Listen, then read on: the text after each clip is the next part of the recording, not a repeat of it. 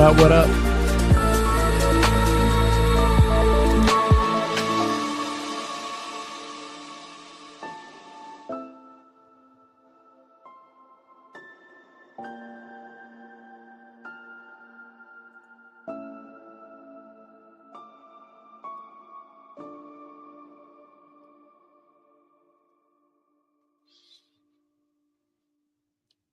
Can't hear you. Can't hear you. Dang it. I'll start talking one more time. 5 people. 5 people are watching. My gosh. I was saying all that stuff. I'm here. I'm cold. That's why I'm wearing this, because it's freezing outside. We got 6 people watching us. I'm here with Rebirth of the Word, Tyrone Ellington. I'm having a Coors beer. Coors beer. Why am I going to drink a Coors? Because it's honestly the most economical beer to drink. So I'm having a beer. You know they're gonna you know they're gonna get your ass on YouTube for that shit. Boulder, Colorado. Oh, I got 10 viewers with Tyrone Ellington. It's Saturday night. It's Saturday night. What's going on, Tyrone? What's up, man? I'm over here doing a daily mythology drop for Atlantis right now. You know how I always do the daily mythology drops. I'm mad at Atlantis right now. I'm mad at Atlantis right now. You're talking about daily mythology. It's freaking yearly and decadely, and go on. Nah, I was just in the middle of creating one. Okay, I got you going to Sedona? Well, we can talk about that. That's a how do you say it? That's a tricky topic right now.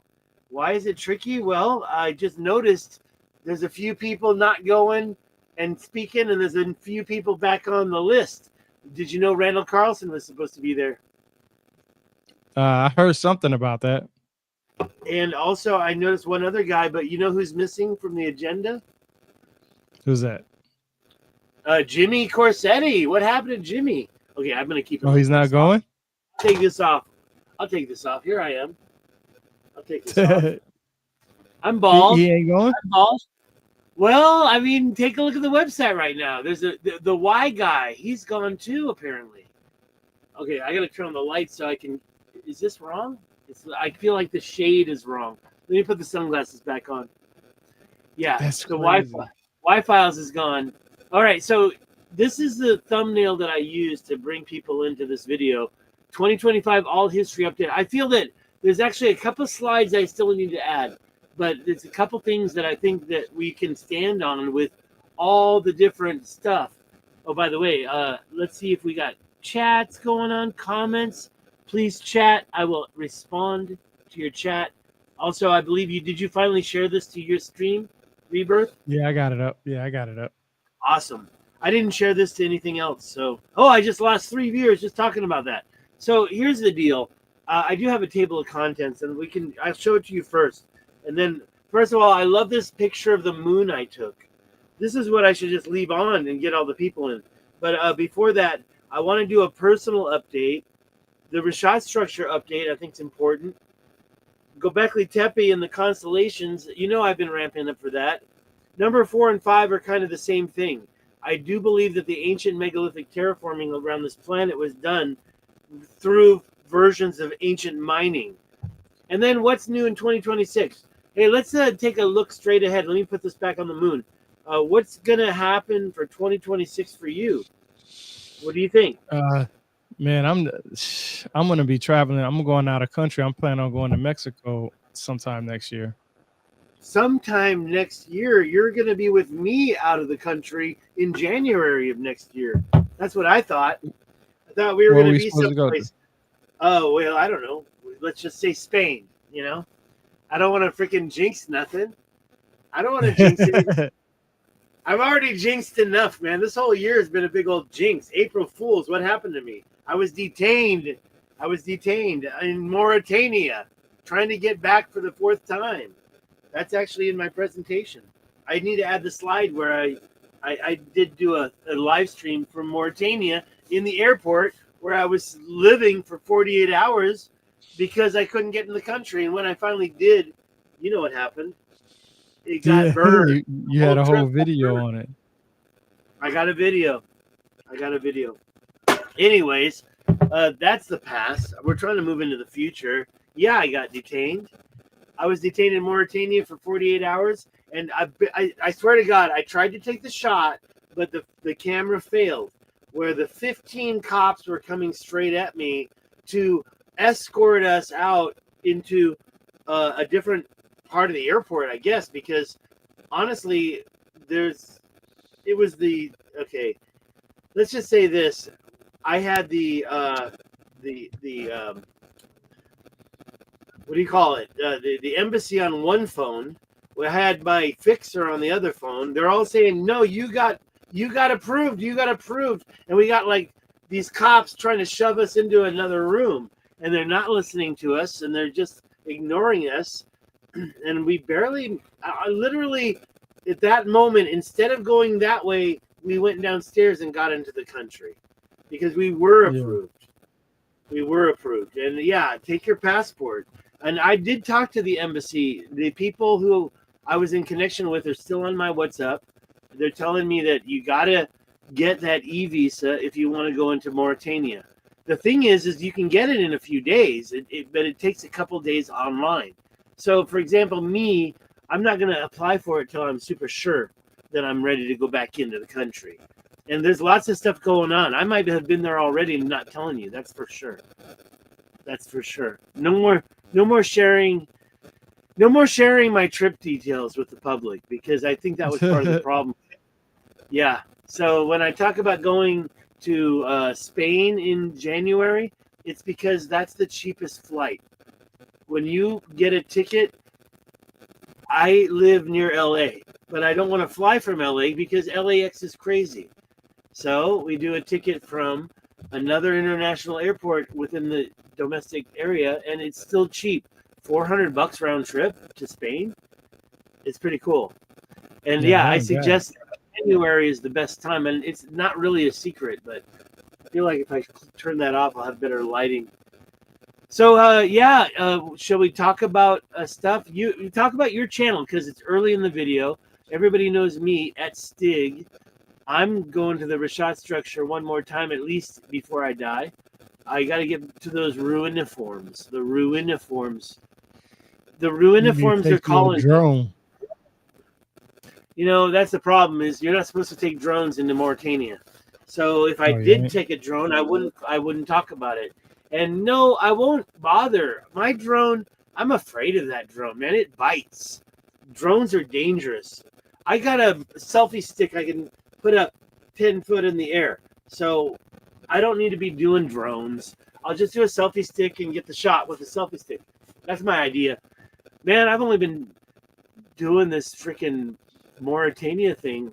I mean, what are you going to get with a drone? And yes, there are some great drone shots. The one lady, she drives a motorcycle. What's her name? She's Dutch. She's from the Netherlands, but she drives through like Afghanistan on a motorcycle and does the video. She's all by herself. That's fucking crazy too. What's her name? I forgot her name. But anyways, she crazy for doing it. She went to the Rashad structure, and you know she wasn't alone.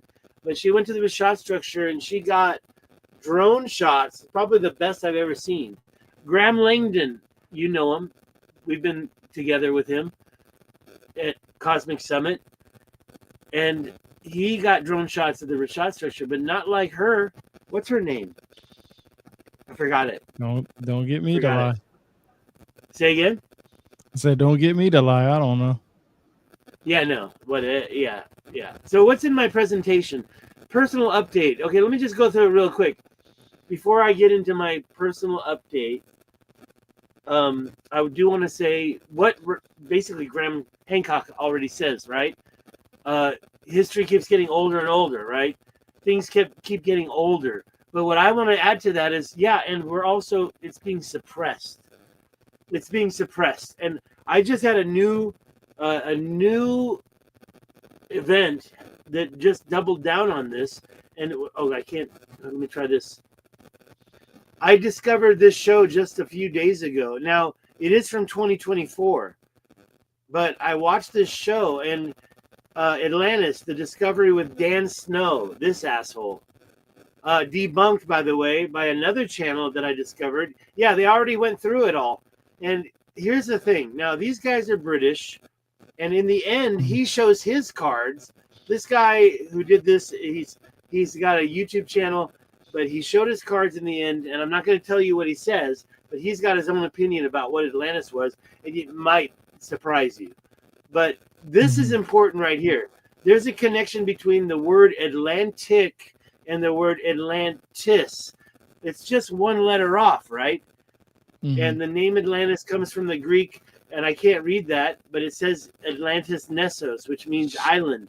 We know Nessos means island, right? So here's the thing. Okay, the next slide shows the next important point. Not yet. Wait, the next one is more important, but this one I want to follow up because it's just reading. In Greek mythology, Atlas was a titan condemned to hold up the sky. So remember, this is in the eyes of the Greek. The Greek are the ones that gave the name Atlantis, not the Egyptians, right?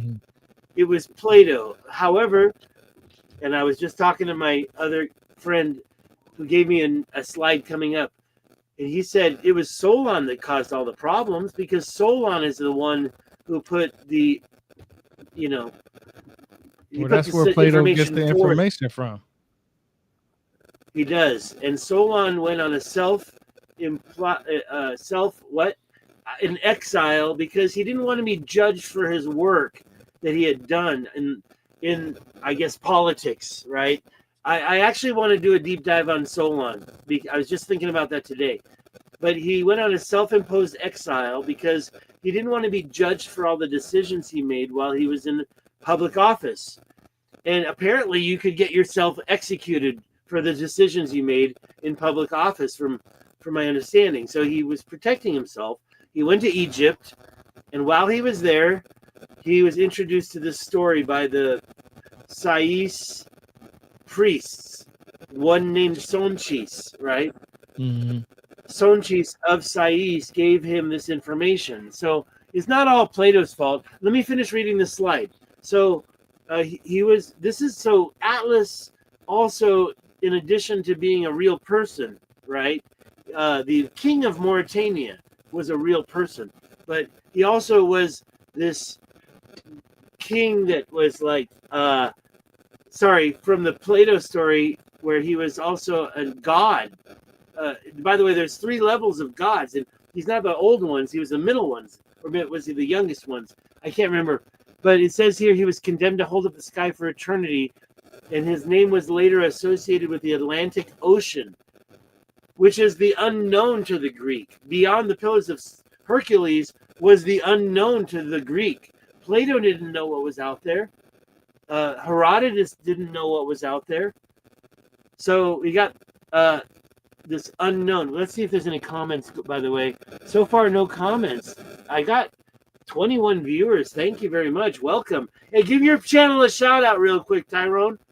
Give your channel a shout out. Go to Rebirth of the Word 7099. You'll find me on YouTube. Rebirth of the Word 7099.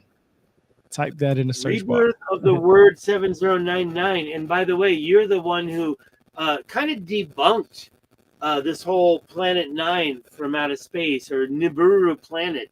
And you're the one that brought it clear that we're talking about people from under the sea when it comes to Anunnaki.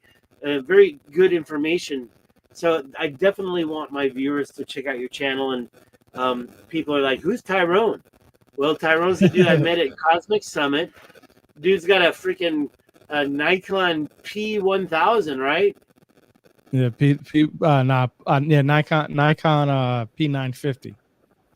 950. One below the 1,000. Yeah. What? I thought it was either 900 or 1,000. There's a 950. No, it goes 900, 950, 1,000. Well, they don't make the 1,000 no more. They stopped making that one. Now they up at 1,100. So it's P1100. I think that's what it is. But the only difference between, Go on. I want to hear you. The only difference is what? Is the USB connection. They changed it to the newer USB connection. So it's still the same exact camera. It's just from the 1,000 to the 1,100 is just a USB connection. That's the only difference. Okay. Well, the only problem I have with that camera is when you're doing video and you're zooming in, you can hear the zooming in Yep. mechanism on your video. That's the one problem I've always had. But hey, if you want to get the shot, get the shot. That's the camera to do it. You got stars. I wish I had your camera right now to get Jupiter and all. By the way, we're going to talk about stars tonight if you have the patience. I'm Yeah, I got kind of it. checking out what's going on. Let's see here. So, one more thing I want to say. This guy, and by the way, where is his channel? It's right. Sorry, it's here. Prehistoric Britain. That's why I grabbed it once. I should have grabbed it every time. So he debunked Dan Snow. And we're going to get into what Dan Snow said. But before we do, well, let's finish what he said.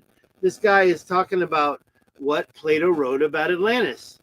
Now, this one right here is saying that the term Atlantic Ocean itself is derived from Atlantic coast, pertaining to Atlas. Okay, so we're not talking about Atlantic Ocean anymore. We're talking about the word Atlas.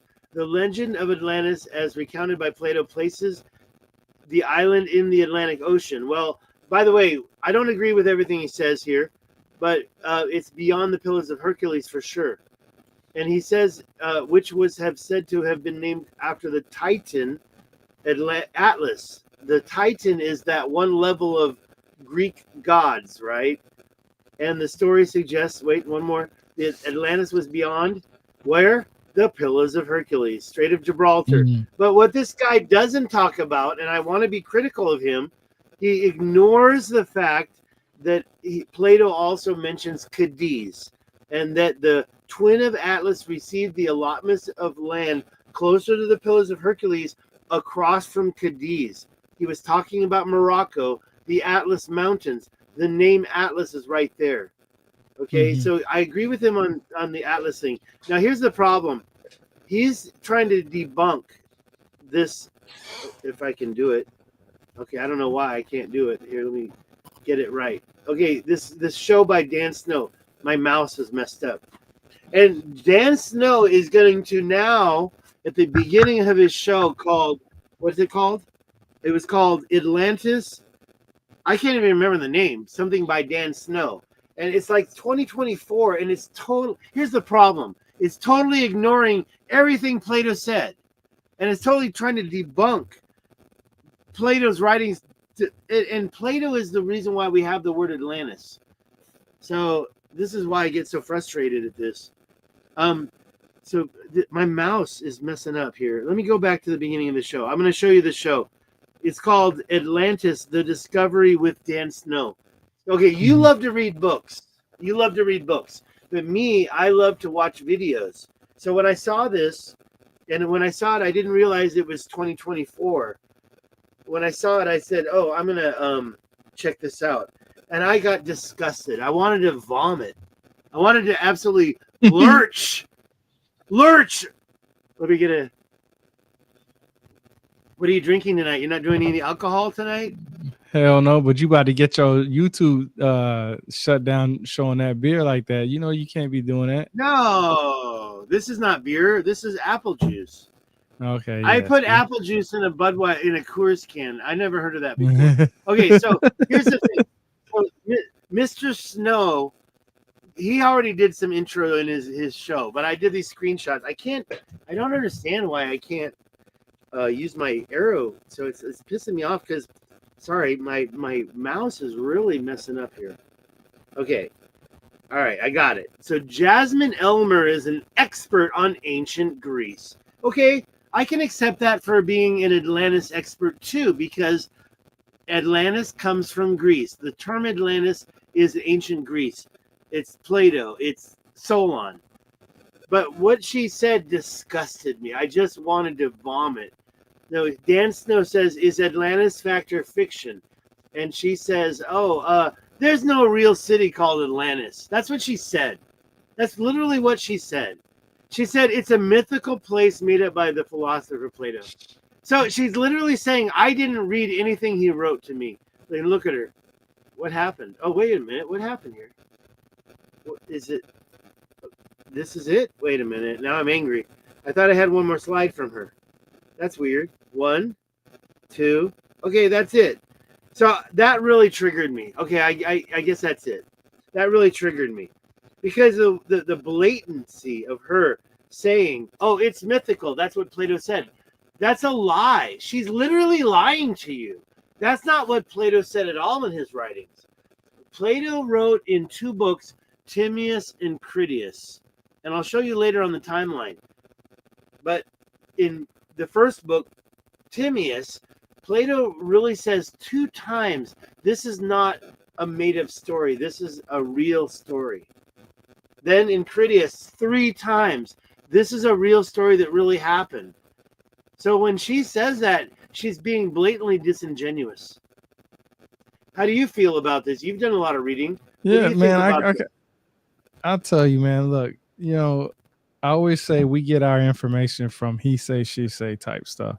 Even though Plato wrote in these books that there's Atlantis, there's also people who don't believe the fact that there may be a place named Atlantis. I'm sure there's a Okay, that's place named okay. Atlantis Let's ask this question: why don't they believe what Plato wrote? Why? because people are ignorant, man. They don't, it. Well, wait a minute. They're ignorant, yes, but they're also relying on information. They're relying on information they receive from other people. Yeah, that's what I'm You know, saying is that and so it's it's not that they. I don't think honestly they believe believe the shit that they say. I think, like I was just telling you before we went live, man. This whole thing is full of content creators. Like this shit just got out of hand to the it point is pretty where crazy. every, I totally agree. I totally agree. everybody wants to share something and only share half the information. I can't tell you how many times I've given people sources to add to their, I guess, their knowledge base. When people say, I'll give you a good example. If somebody says, "Man, I know about Atlantis," and then Plato says this, or this person says that, I ask them, "Would have you read the actually two books that Plato wrote about?" And they're like, "No, I didn't read them." And I'm just like, "Why the fuck not? Like, why are you talking about something that you never even took the time to actually read?" That's the only thing that gets me. Like, and most people, they when they read stuff, they're only looking for something that goes with their narrative, and they won't take anything else into consideration. Like, they're only looking for what goes with their narrative, and once they find that, they forget everything else. And I hate that. Like, that this whole I've been saying it, man. Like, this whole thing about history and sharing knowledge is saturated with people wanting to just be content creators. That's all they want to do. They don't care about going to the facts. They don't care about doing their due diligence. They spend more time uh, on online on Twitter trying to convince people rather than finding and seeking knowledge. I'll give you another good example. Before I even started reading books, all I used to do was watch documentaries in YouTube and um, certain types of series of shows and stuff like that, because I wanted I didn't feel like reading. I just didn't feel like reading. But then I started realizing that these people are only telling me shit that they want to tell me. What is the other half of the information? What's the stuff that they're not telling me? So that's when I had to decide to go pick up the books and read them for myself. And I hear people say all the time that they've read thousands and thousands of books. You don't have to read thousands and thousands of books to know something. If your thousands and thousands of books is based off of just one person's translation, then those thousands and thousands of books you've read are just a waste of time. Why not just go straight to the source and read it for yourself? If Plato wrote these books and you have, three or four different versions of, Timaeus and Critias or whatever, then you got to read those three or four different versions. You know what I'm saying? And you got to Well, read them here's that side by thing. side. Well, okay, yeah, but you also have to go to the original source, which is ancient Greek, and yeah, get a copy of that and put that through the AI Yeah, and that's look what at I'm that saying. directly. Look at it But see, directly, and yes, here's the problem. even then, when you translating somebody else's language, you're not translating it like word for word, because there's not our words don't always No, match up with their words. no. So you're going to get a summarization of what somebody is comprehending from that translation, right? That's all it is. Hey So guys, let me do a quick shout out. Do me a favor, quickly share this on your platforms right now. Make sure you're subscribed. Please give it a like. I really need to pump up my channel right now. I mean, Tyrone's talking about ancient translations of ancient stuff. You don't get this just anywhere. Share this with your platforms. Tyrone, I totally agree. You've got to double check your translations. And yeah, yeah, I've been dealing with one translation. But before I met you, I was pumping up with the whole AI to listen to, and not just AI. YouTube has a great selection of audio book versions of Critias and Timaeus that are not the same translations that I was relying on. So I literally got a double dose with YouTube. But yeah, why not just go straight to the source, ancient Greek, the actual word for word words of Plato? And you yeah, know, one more thing, and then I'll shut up and let you keep talking. I'll shut up in a sec. One more thing, though, is a couple of people, and they're very famous. They were talking about all these different versions of Critias. Oh, I know 21 versions of this. I have 21 copies or translations of that. It's like, okay, well, stop talking about it and start to analyze it and talk about it. yeah, Don't talk about how smart you are. Talk about the actual information. yeah. That That's and just that's down that's to bottom. that's why. I'm ready to do Yeah, it. I'm ready. I'm ready to yeah. I talk about agree what with Plato you. wrote. And Yeah, I I agree do think with that you. some things that I know might be a little off because I learned a lot recently by looking at other versions of Critias and Timaeus. I was actually looking at Timaeus a lot. Timaeus was the first thing Plato wrote about Atlantis. And there was a third book called Hermocrates. I'll show you that later. Right now, we got Indigenous Minds giving us some comments.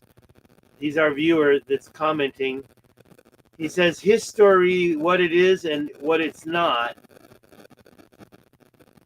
Call it for what is the colonial narrative, and I don't call it that. I call it the puppet masters, because honestly, the people who are puppet mastering us now, I believe, are not the same people that were being colonialists back in the day. It's a different story. We're getting history from more, and then it says here, the indigenous perspective is missing. How do you feel about that one? Well, it depends on where you consider where Atlantis is at, because and what indigenous people are you speaking about? Because obviously there's there's always a group of individuals who are indigenous to their land that had stories about this stuff. You know, the one thing that I always ask people is, okay, we know Atlantis existed because of Plato and what he wrote in his two books. Now my question is what was so advanced about them that made them more advanced than the rest of the civilizations? Like what technology did they have that was so advanced that we can actually absolutely say for sure that that was an advanced civilization? And I give you a good example. Throwing rocks at animals used to be a way to kill an animal, depending on how good you can throw a rock or sling a rock, right? Now we move to bow and arrows. Well, bow and arrows is considered an advanced technology. Then we went from bow and arrows and probably to crossbows and stuff like that. Well, crossbows is an advanced technology versus bow and arrows, and now we have, you know, rifles and pistols. That's an advanced technology. When we start shooting lasers and shit like that, that's going to be considered an advanced technology. So what is it that Atlantis actually have that we can say for sure for ourselves that they were an advanced civilization? Because yeah, Plato does say they were an advanced civilization, but what made them so advanced versus everybody else? Well, and that there you go. But I would say, to be honest, I would say they were advanced because we're talking about 9,000 years before Plato, right? That's what he claimed. Don't give me Yeah, the Santorini bullshit line. Don't give me that. But let's just say that we are so-called hunter-gatherers during the time of Göbekli Tepe. So Göbekli Tepe, is that the same time as Atlantis? No. I think that we're talking about advanced technology because it existed farther back. Like there must have been iron. Okay, there must have been iron. Don't say it was a copper age. The Yeah, there Atlanteans was definitely probably had iron, iron. bro. There was Yeah, they definitely probably iron. had I iron, think I right? think I think I think at bare minimum, because see the arguments that everybody has about Gobekli Tepe or the pyramids of Egypt and all these other places, they say, well, they didn't have the iron or the metals to cut the stone the way they did. I think that's bullshit because let's just say that they did have iron. Does that change your argument, or are you going to find something else to say? Well, they couldn't still do it because of this, that, and the third. Well, your first reaction is that they didn't have iron or some type of metal to do what they did with the stones and stuff like that. Now you mentioned Gobekli Tepe, and that's very interesting to me because Gobekli Tepe goes back what 12,900 years, somewhere give or take, and probably more than that, depending on who you talk to. Probably. We That is haven't dug around. down far enough. Yeah. Yeah, so The top layer. that's The top around. layer. Yes, yeah. So obviously, but the point is that um, we know for a fact, 100% fact, that that's around the same time that they say Atlantis was around about, or give or take, somewhere around there.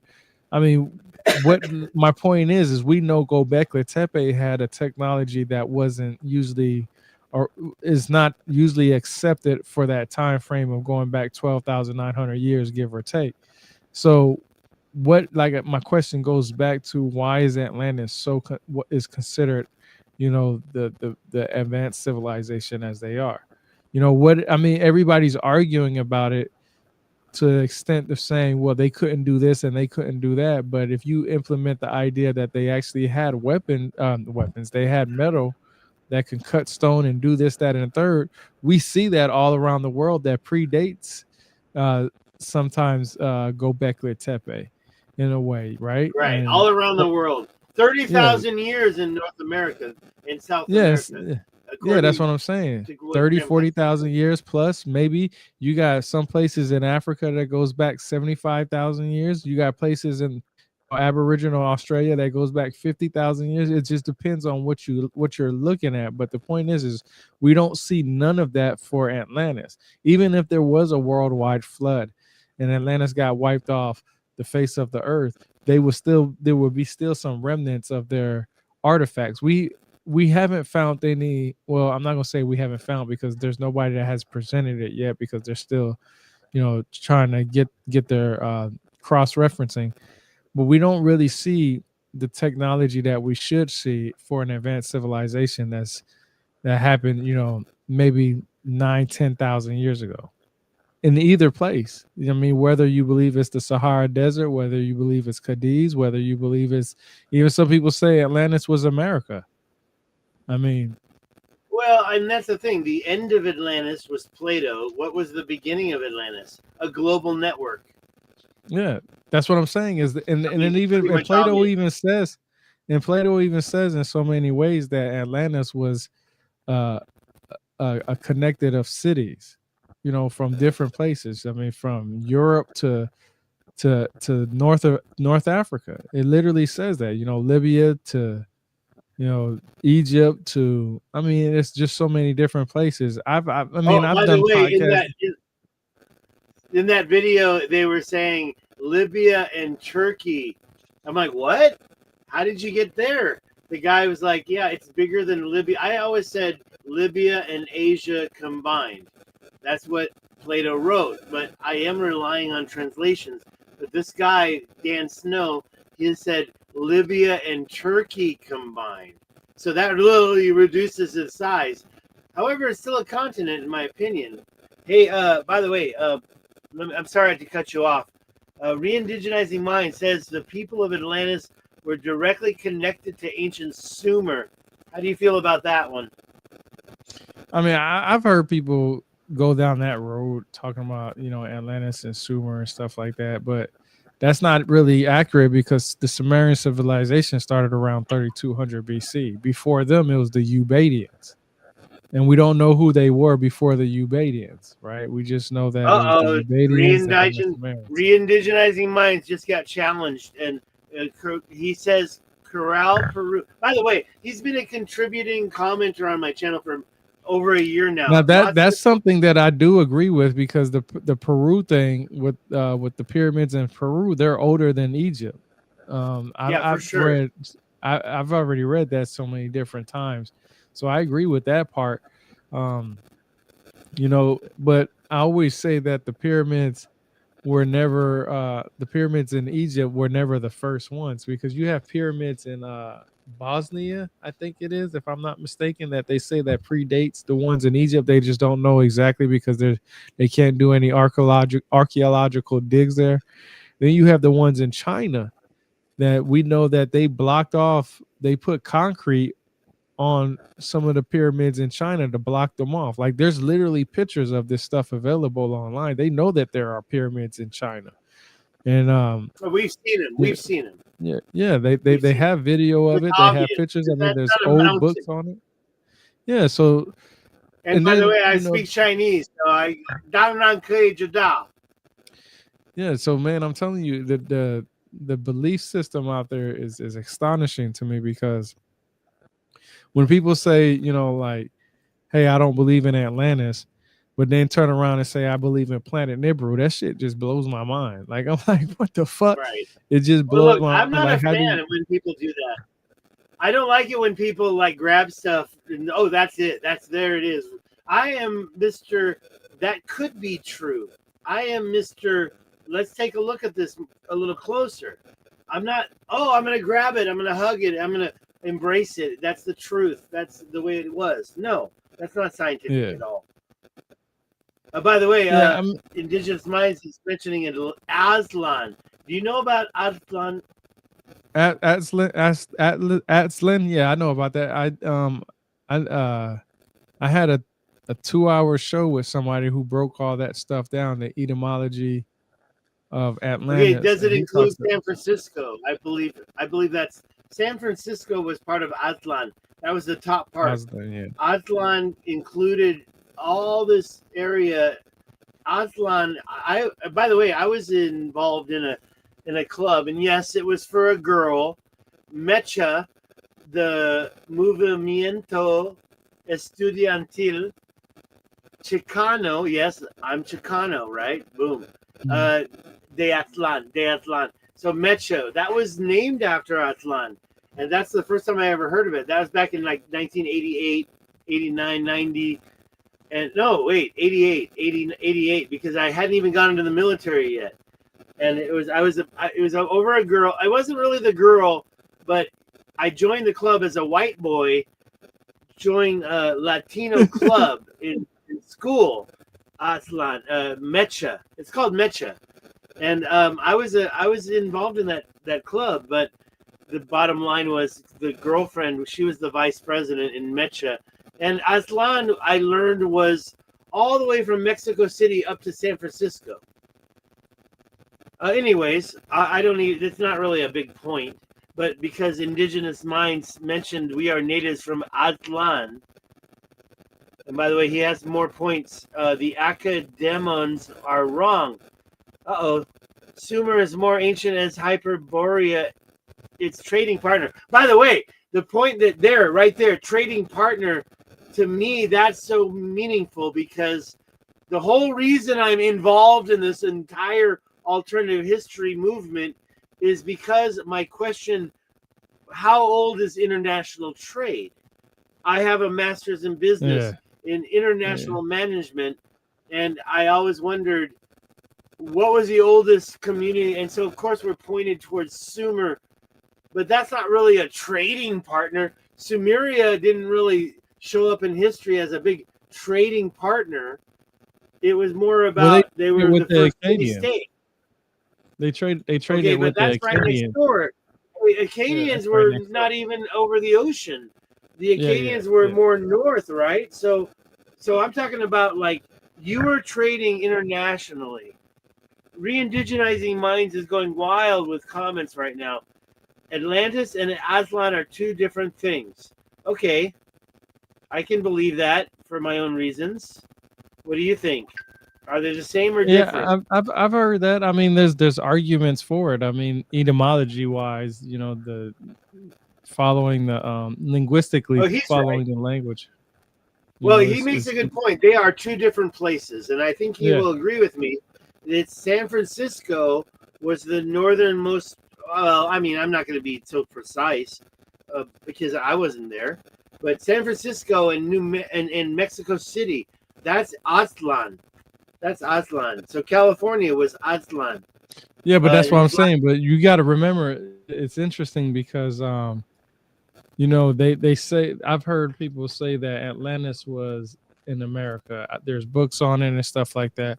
Uh-oh, But he says right there. Look what he says. Not everything are in books, bro. yeah, where else would you get it from then? You know what Where I else mean? would you get it from? Indigenizing minds. Where else The would you only get it place, from? the only He place you'll says that. probably get it from, the only place you'll probably get it from is if you have some kind of meditative dream or something, or vision or something like that, or epiphany or something Well, like word that. of mouth, not Yeah, written. but Word of mouth. but you got to remember, most of those people, you know, it came to a point where people got tired of doing the word of mouth thing, and they wanted to put it down on recording, and See, that's where it probably got it that's messed called up at. history. That's called Yeah, history, yep. right? Well, anyways, we're just gabbing. We're just gabbing around. I mean, the point is that okay. What is the point? I mean, I think that there is a colonial narrative, and now it's even been taken over by a more recent version of puppet masters. I mean, we're not talking about slavery anymore. We're talking about renegotiators. I don't even want to say, like I said in my very first slide, our past is being covered up. And this guy, Dan Snow, he's part of the problem. And he's bringing. Oh, you know what? I forgot to say. After he interviews that lady, where does he go? He goes to Greece, and he's tromping all around Greece. He's going to several different places. Later, even Santorini. That wasn't Atlantis. This is. It's not even going what Plato wrote. It's a total deflection. It's a total deflection. Okay. Re-indigenizing says my elders. So there you go. It's not books. It's from the elders. It's word of mouth. Native elders, not books. And by the way, I do welcome re-indigenizing back. He's been really helpful. One of the things re-indigenizing minds pointed out was that there's actually a line going from Colorado all the way down into Baja California. These ancient walls and roads, they're like roads, but they're walls too, and they're just passageways that direct all the way through. And I do believe that it's true. Re-indigenized still at it. He says, remember, it's all about real alternative history. Anyways, Tyrone, you really do have this Sumerian thing down. What more can you say about it? I really want to open up the map and talk about Sumeria with you. You know, I always say, you know, the Sumerians, I always say that they're considered the first civilization because of their writing system. The But writing, yes. but my question always has been is, you know, what is everybody's criteria that is needed to be considered a civilization? Because I don't think, me personally, I don't think a writing system is what you can consider a civilization. I don't know how to put it in words to be what considered a civilization is, but I keep it simple. Ants are considered a civilization, but they don't fucking have a writing system that we know of, right? I mean, By the way, I, you said ants, and I know one thing about ants is if you take the total mass of all the ants in the world, they will equal the total mass of humans in the world. And I got ants coming through my place right now. So they are in charge. And yeah, they don't care about you. Ants are there. Ants weigh as much as us. Now, of course, how many ants do I weigh? I'm 200 pounds. So 210 pounds. I was 207 today. I'm really happy with my weight. But 207 pounds of ants, that's what, a million? Maybe 100,000? I mean, I don't know. But can you imagine what my weight of ants is? And that's the total mass of ants on this planet. And they are a civilization, aren't they? It's a good point. yeah, They are animals. They are animals. I mean, look Answer. at wolves. Look at wolves. Wolves. What I've learned about wolves is that they have a small pack like we do, right? Or like humans do, like a family, right? And if one of the members in the pack gets injured or sick or something like that, right? They'll it will it, that they'll kind of in a way look out for it, but then you have some that will fucking eat their own, their own members and stuff like that. They're savages and stuff like that. So I mean, what is it? What my question is, and will always be, what is the criteria needed to be considered a civilization? Because we know academia, at least on their side, they say writing system. Not all of them agree with it, but that's what is, you know, typically in the sense of what is agreed upon as far as what they want to get down to a civilization. But even then, if you look at that, the ancient Egyptians, their hieroglyphs go back much further than the Sumerian writing system.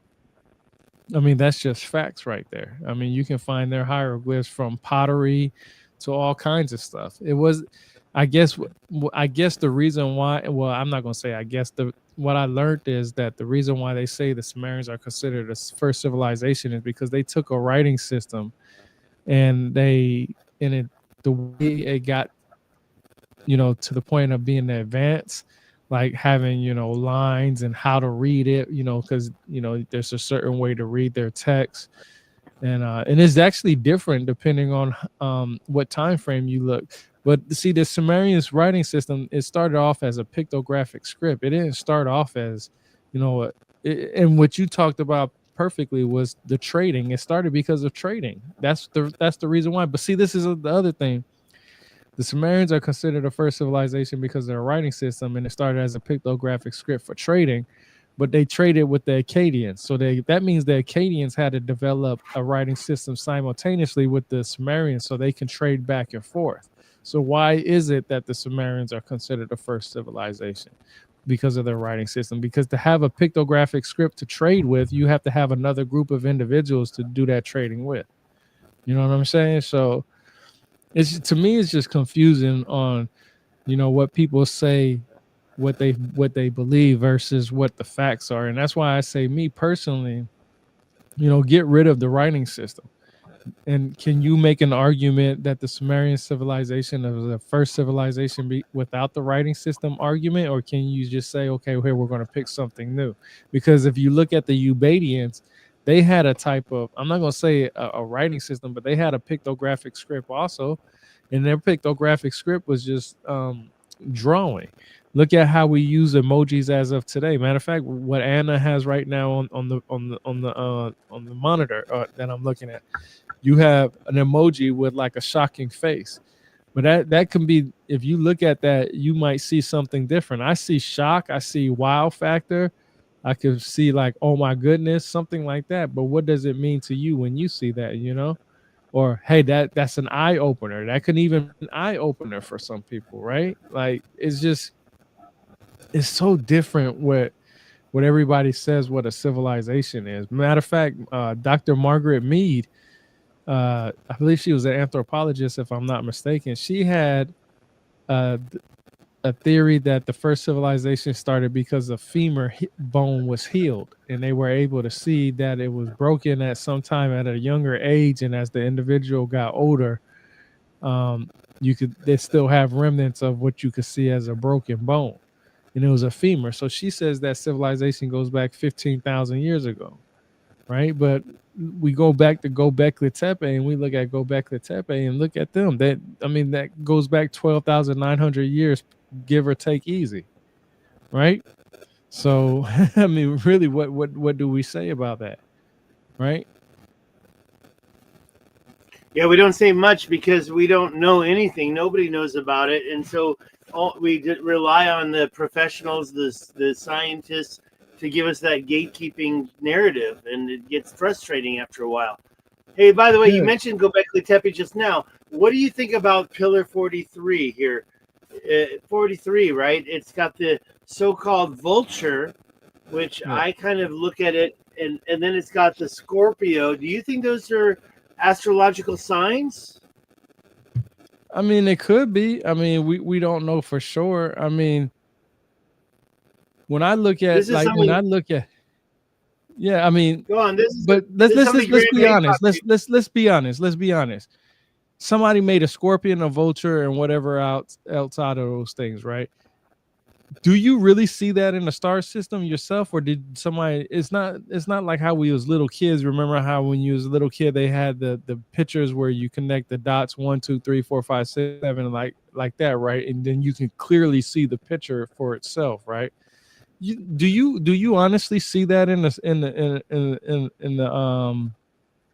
sky when you look at it? Like, can you tell that it's scorpion without knowing that that's actually the location? Well, no. The only thing that tells you is word of mouth. Yeah, Honestly, right? exactly. And Like I know what you I know can what the say, Big Dipper looks like, and I know what the Little Dipper looks like in the but they sky call because that it the looks like big bear. They call it the big bear. So, by the way, I get you this one right here, and I want to just mention a couple things about the constellations. I've been watching them ever since I found out about the precession of the equinox. Here you have what's called the Swan Cygnus. If you can see my little arrow, and yeah. that's probably, I mean, if you want to talk about this formation, I don't agree with what we're looking at here. That I don't I agree don't with at see all a because scorpion and shit like that. I just see somebody just say, "Hey, I'm gonna count that as the scorpion sky," or "I'm gonna count that as the vulture," okay, because look, there's here's what we've got to deal with. We've got the sun going along the ecliptic, and it's in this Mhm. picture is the reason why I want to mention that according to this picture up here, you see this disc next to the bird, maybe is a vulture, maybe it's actually a swan, maybe. And so, what is that disc? It's not even close when you look at the actual path of the sun. The sun goes along the ecliptic. And now the Scorpio is actually one of the 12 astrological signs that we know. So we're talking about an old story, right? No matter what, people know it as Scorpio. Later yeah. on, these other constellations were changed and added later, but there were really about 20 of them from the Sumerian time. I got that chart down here, right here, not that. Here, it shows the original constellations, and I want to make sure I'm looking at it. Let me get rid of that. We got T-shaped, this guy.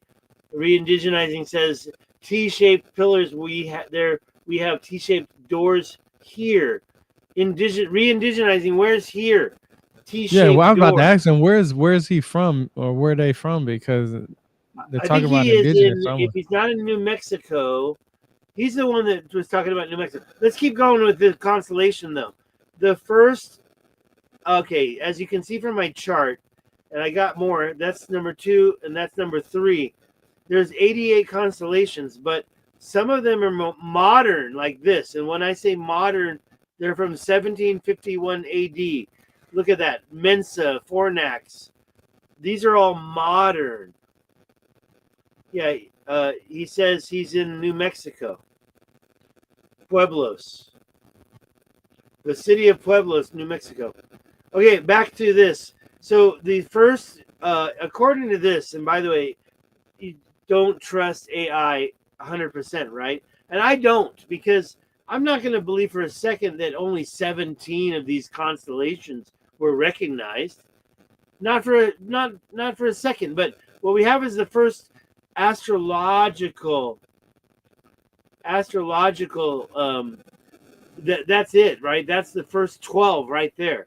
We have Taurus, Gemini, Cancer, Leo, Virgo, Scorpio, Sagittarius, Capricorn, Aquarius, Pisces, Libra, Aries. Okay, that's 12. Then we've got Ophiuchus. That's not part of it, but it's still attributed here to the Mesopotamian civilization. It even shows here Babylonian, Sumerian / Babylonian, whatever that means. Taurus.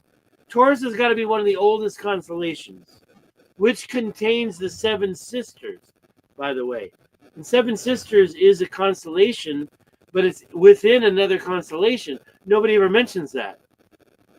Down here we have Yeah, well, Gilgamesh. that's Pleiades. That's what people consider Pleiades. But see, a lot of people don't understand that Pleiades was used for when they needed to do some type of agricultural planning of some sort, right? Like when you could see Pleiades in the sky at a certain point in the sky, that's when you needed to do a certain agricultural preparations for the tribe. Basically, that's literally what it was for, man. Like I know a lot of people always talk, and that's another thing that kind of pisses me off about what some people say is that Pleiades had aliens and extraterrestrials come from there and this, that, and the third. And I'm just like, you guys never really actually read the text because the Sumerians did have, or I'm not going to say Sumerians because you did say Sumerians and Babylonians.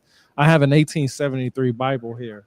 And in that Bible, it actually says the Sumerians, Babylonians, and Chaldeans are one and the same individuals, meaning that there's no difference in them. That it's just, I guess, what they called themselves changed over time.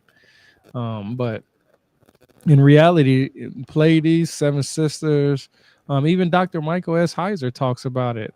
He talks about it when he's describing cylinder seal VA243, and that's that one that Sitchin is always holding. That's trying to say, that's the 12th planet, or what we could call the 13th planet or 11th planet, or depending on how many planets people were adding and taking away at that time. Because right now, we took away a planet from our solar system that used to be a planet when I was a little kid. I think, what was it, Pluto, right? You remember Pluto?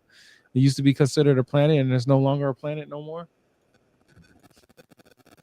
Is it Well, Pluto? yeah, and I consider it a planet because it's by itself. It's not a moon, so it's a planet still. I like the planet theory. Yeah, Yeah, but that's what I'm I saying. recall. What I'm saying is that in today's time frame, we don't, the, the people who's in charge of that, what they label as planets and not planets. Pluto is no longer recognized as a planet. But when I was in, middle school, high school, and shit like that, matter of fact, it's called the International Astronomical Union, IAU. They the ones who changed it from being a planet to not being a planet anymore. It's officially what it's considered a planet, but it's not considered a full planet. It's a dwarf planet, and I don't know why that even makes a difference. Like a planet, dwarf planet. I mean, what's the difference in that? Like, why do you even have to reclassify that, right? Because when I hear dwarf planet, I just hear something smaller than what is normally recognized as a planet. But look at Jupiter and Saturn compared to everybody else, right? So, I mean, Well, Jupiter's the biggest planet in our solar system, but it's a gas planet, and I mean, all I can say is, by the way, what we're looking at right here, this is what I look at every night.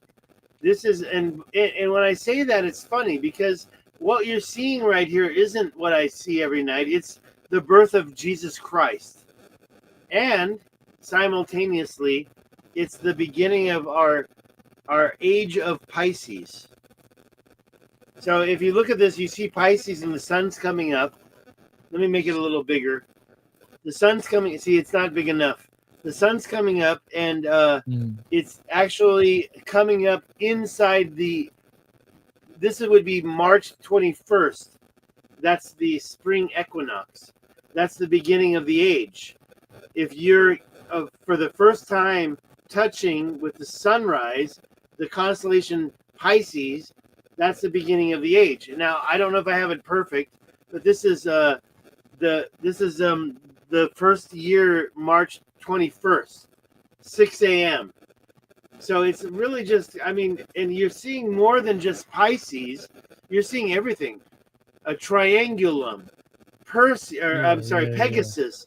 The square just above Pisces, and Pisces is those two lines coming to the right and coming to the left, and then you have that square right above it. That's Perseus. Perseus contains also Andromeda, and over here where my mouse is, you see Cassiopeia. It looks like the letter 3 or the number 3, but it's also the mother, the queen. The queen gave birth to Andromeda. Cassiopeia has two breasts. and the larger one at the top points right at the actual galaxy Andromeda. Now down below is Perseus the king. He got her pregnant, I guess. They're all a family. Over here on the right is Aquarius. We're not in the age of Aquarius yet. If you look at the numbers, Pisces needs almost 3,000 years. So we're literally at 2025. And yes, that shows the beginning of our age and our year of our Lord Christ. So we're sitting here at Pisces 2025. We have about 800 more years before we enter Aquarius, which is shown here on the right. Now, here's the thing that you were saying earlier about the seven sisters or Pleiades. They were a sign. It's time to harvest your shit. Yeah, That's that's what I'm really what saying. it's all about. Yeah, That's preparing autumn. for your That was autumn. agricultural needs. Yeah, that's what I'm saying. Now, Is that yeah. it's And by the crazy way, that people it's crazy that people talk about that. She said it looked like the Teletubbies. Yeah, it do kind of in a way. But if you think about it, everything that we've done in our life has been our matter of fact. I'll just keep it simple. The sky was our calendar slash watches. When the sun hits a certain way, you will plant right. certain seeds. When the moon is a certain, when it's a full moon, that's a good time to go fishing. And I know that from being a fisherman myself. um and then you can tell you know when certain constellations are in the sky at a certain point. That was when you were supposed to do certain things for, basically for agricultural needs. Like, you look at the in Hebrew, you look at the first letter Aleph, Aleph in there, you'll see the ox head in there. And what's the ox head known for? What's an ox known for? Was known as a strong leader. It's a strong leader, basically, right? And when we look at the Aleph, when we look at the linguistics of God, you will see that it goes back to the ox in so many ways. And what is God? God is a strong leader. So I mean, you got to look at it linguistically. You got to look at the meaning of what they did at the time. And that people were always looking up at the sky. I mean, we have so much light pollution today that when you look in the sky, you're not going to see half the shit that you want to see, right? You got to go out You there in can't the even woods see and stuff Pisces. like that. You can't even see Pisces. So basically, when you look at this picture right here, that Pisces, you can't even see it tonight, even though it's right there. Oh, by the way, down below is Aries, the other age. Aries, right down there by the horizon where my mouse is. That's Aries. Aries was the ram. And then we have Taurus. And you mentioned the ox. That's Taurus age. And not that. Let's go down here. This is the ages right here. And when you see this, I made this chart about 6 years ago. I'm still quite proud of it. We're in Pisces right now. And so, as you can see, I made this chart in 2022. That's why it says on the finished column. But when you go through them all, you got Aries, Taurus, Gemini, Cancer, Leo. I mean, that's when the wow, my brain, it just blocked out all the words. The Sphinx. I believe the Sphinx was a lion, not a dog. And because it was honoring the age of lion, the Leo. That was 10,000 years ago. Here I showed 11,000, but to be honest, Leo to Cancer, the 10,000 is right there. So when people say it was 10,000 years ago, it's correct. Also, Leo, because Robert Schoch implied that the Sphinx could be a little bit older than this age. The previous one was 36,000 years ago. Do you think the Sphinx could be that old? I mean, he says because of the water erosion, and the dude has a PhD, so who am I to argue that, right? In order for me to argue that, I can't use somebody else's argument. I have to use my own argument. and I can't because I don't have the degree in the field that he specializes in. He gives a Well, good but sound argument. he's also No, go about ahead. the coronal mass ejections creating the ice age melt. So he Yeah, but doesn't go with the mainstream. that's not his expertise though. That's his opinion. That's his opinion based off of, because he's not a doctor, you know. But he is a doctor because you consider PhD a doctor. So yeah, but he's not a medical doctor. You know what I'm saying? But I will say this, you know, I Robert Schoch gives a good explanation on why the Sphinx can be older than what it is. Now, my question is, um, why did he pick those dates? Because our dates are never exact. It's always a give and take date. When they do radiocarbon data and testing and stuff like that, something can go back 500 years or something can go back 5,000 years. And somebody will look at that 500 and 5,000 and be like, oh, it was 750 years. And I'm just like, well, how in the hell did you pick that date then? You know what I mean? If the radiocarbon data can be so fluctuated to the point where it can go one way or the other, and then not only that, the contamination that goes into the effect of these things, because they say once that you dig this stuff out the ground and it hits the elements outside, that contaminates it, right? So now, how do you justify your date? You know what I'm saying? Nobody can really justify their date, and that's what really makes me kind of irritated, is that people will pick a date that goes with their narrative. And I said that before. You heard me say that so many times, that people will pick a date for their narrative just so they can sit up there and, you know, be right about something or feel like they're right about something. My question is when I make an argument for something, I have to make an argument that I was something that I might believe in. Then I have to make an argument at the same time of saying, okay, well, if it's not this, then it could possibly be this, right? You have to have so many different. You can't just have one argument. And I give you an example. You always heard me say, I don't think the Anunnaki slash Anuna came from planet Nibiru, right? Could they have came from a different planet? That is possible. I don't know. But what I can tell you right now for a fact is that there's no cuneiform tablet identifier that says that. There I is don't know. there is depictions, there's myths, and we even know that Enki himself came from the water. He came from the water to give humans you know, knowledge on random things from agriculture to trading to, you know, doing whatever it is to, you know, better humanity's life. But I can say this: they may have never came from a different planet, but there's arguments that their Mars once sustained life, and then, you know, there was a group of individuals who you know, left Mars because it was going through some kind of problem, some kind of issue. They left Mars and they came here to planet Earth.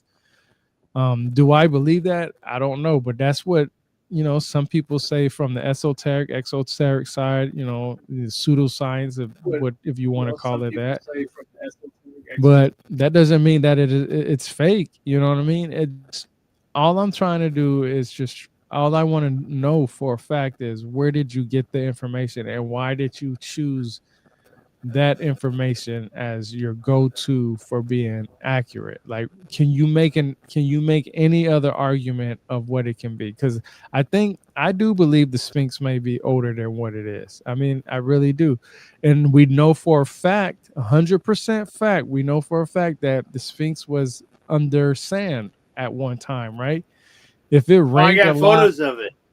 yeah, I got if it photos rained of a it. lot, exactly. So if it rained a lot in Egypt, right, and the Sphinx was covered up by sand, obviously the sand would get wet, right? Can wet sand contribute to that type of idea that, you know, there was water erosion from what Robert Schoch says?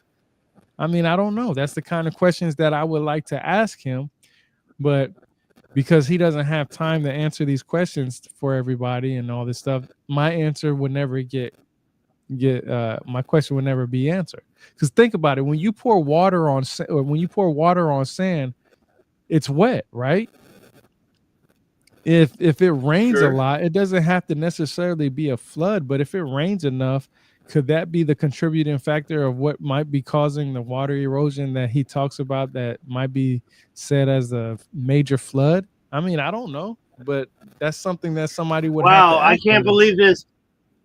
I got 50 viewers right now. 50 people are watching this. Now, my other source says only 4 people are watching this. But according to this, 50. Is that from your end or is that from my end? Yeah, Thank let me you see. very much, 50 viewers. That is awesome.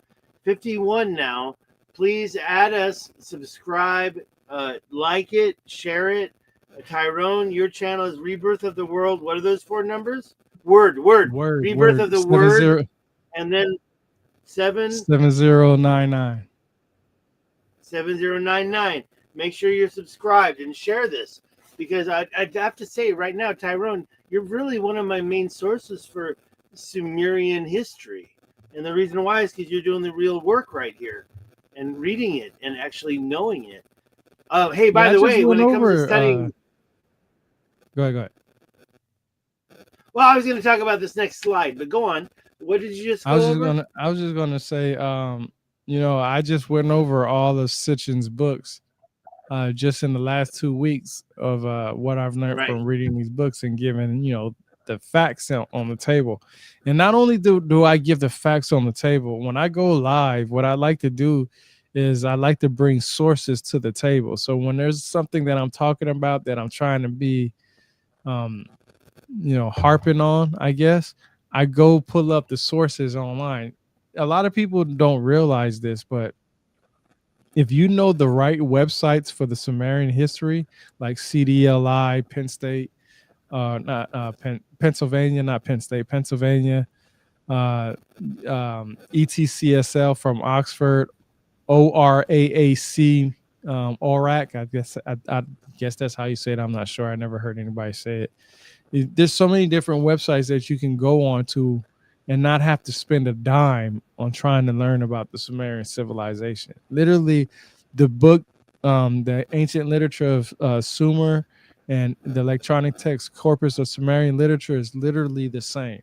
You get more information on one versus the other, but for the main part, if you want to know the translations of what the Sumerians said about, the Nuna slash the Anunnaki, it's available online for everybody to read, and everybody is able to look at the cuneiform tablets online for themselves too. Like, you don't have to go and spend hundreds and bucks on different books trying to get the information, because everybody's getting the information from one or two sources. A good example is not even just the Sumerians, the Egyptians.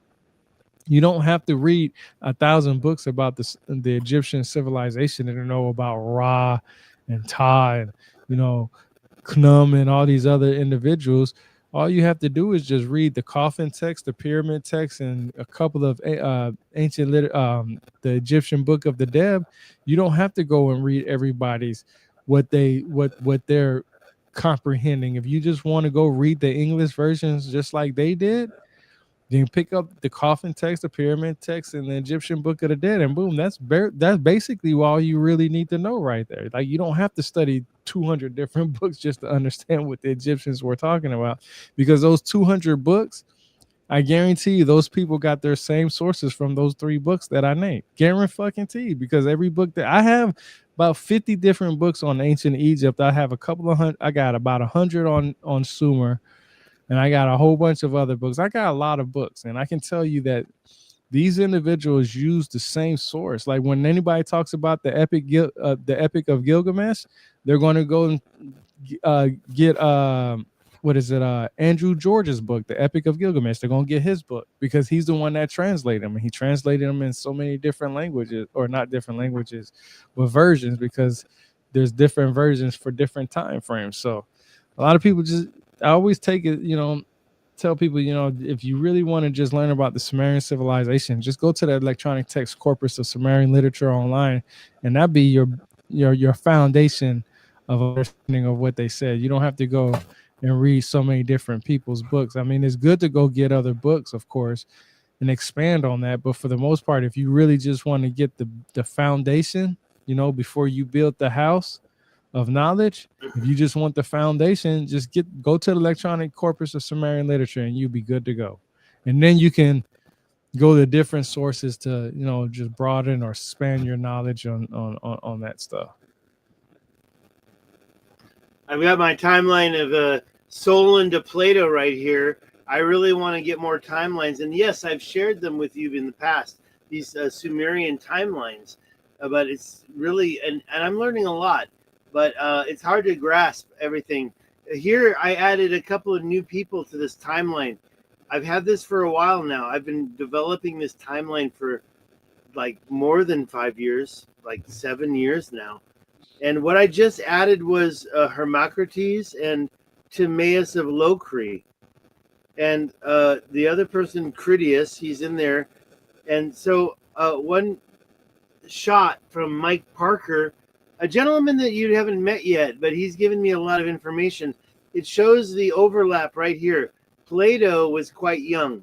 It shows here he was born in 4, maybe 23. And everybody else in this timeline was already born, like already way older, like from 460 born. So 460 to 410, that's 50 years. So everybody here was at least, Socrates even 10 years more, 5 years more.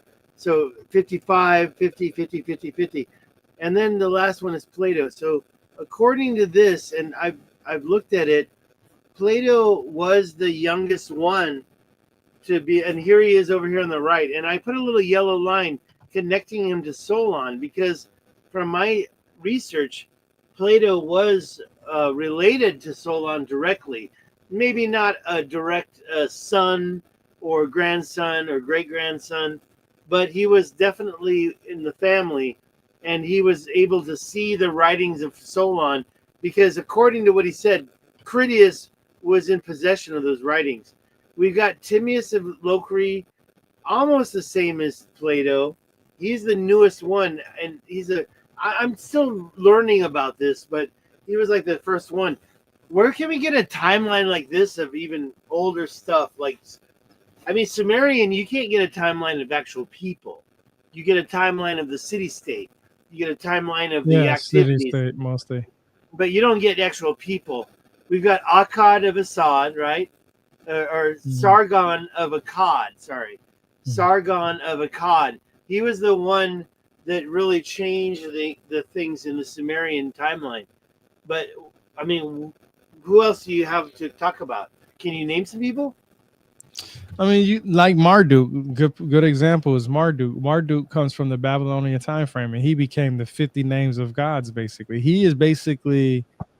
Marduk is basically the one who became in charge of all the Anuna/Anunnaki, but his time frame goes to the Babylonian time frame, right? And that's what gets me is like you said it perfectly, is that you don't really get times and dates of the individuals, because even Anu/An, the god that's was in charge of the Anuna/Anunnaki, there's no real time frame on that individual. Matter of fact, there's hardly anything spoken about that individual.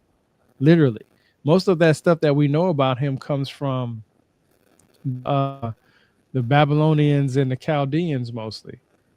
And the only reason why we know so much about him is because the Sumerian pictographic script for him was like a star, basically, like an eight, I think like an 8-pointed star, if I'm not mistaken.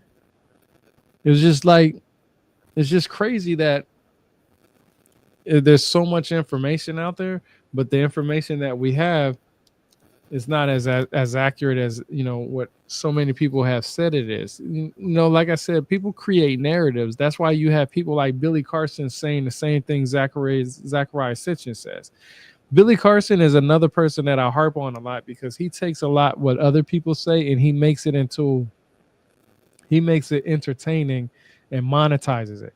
Like when you talk about the Emerald Tablets, he doesn't hardly give any credit to that person that actually received the Emerald Tablets, or so-called received the Emerald Tablets, right?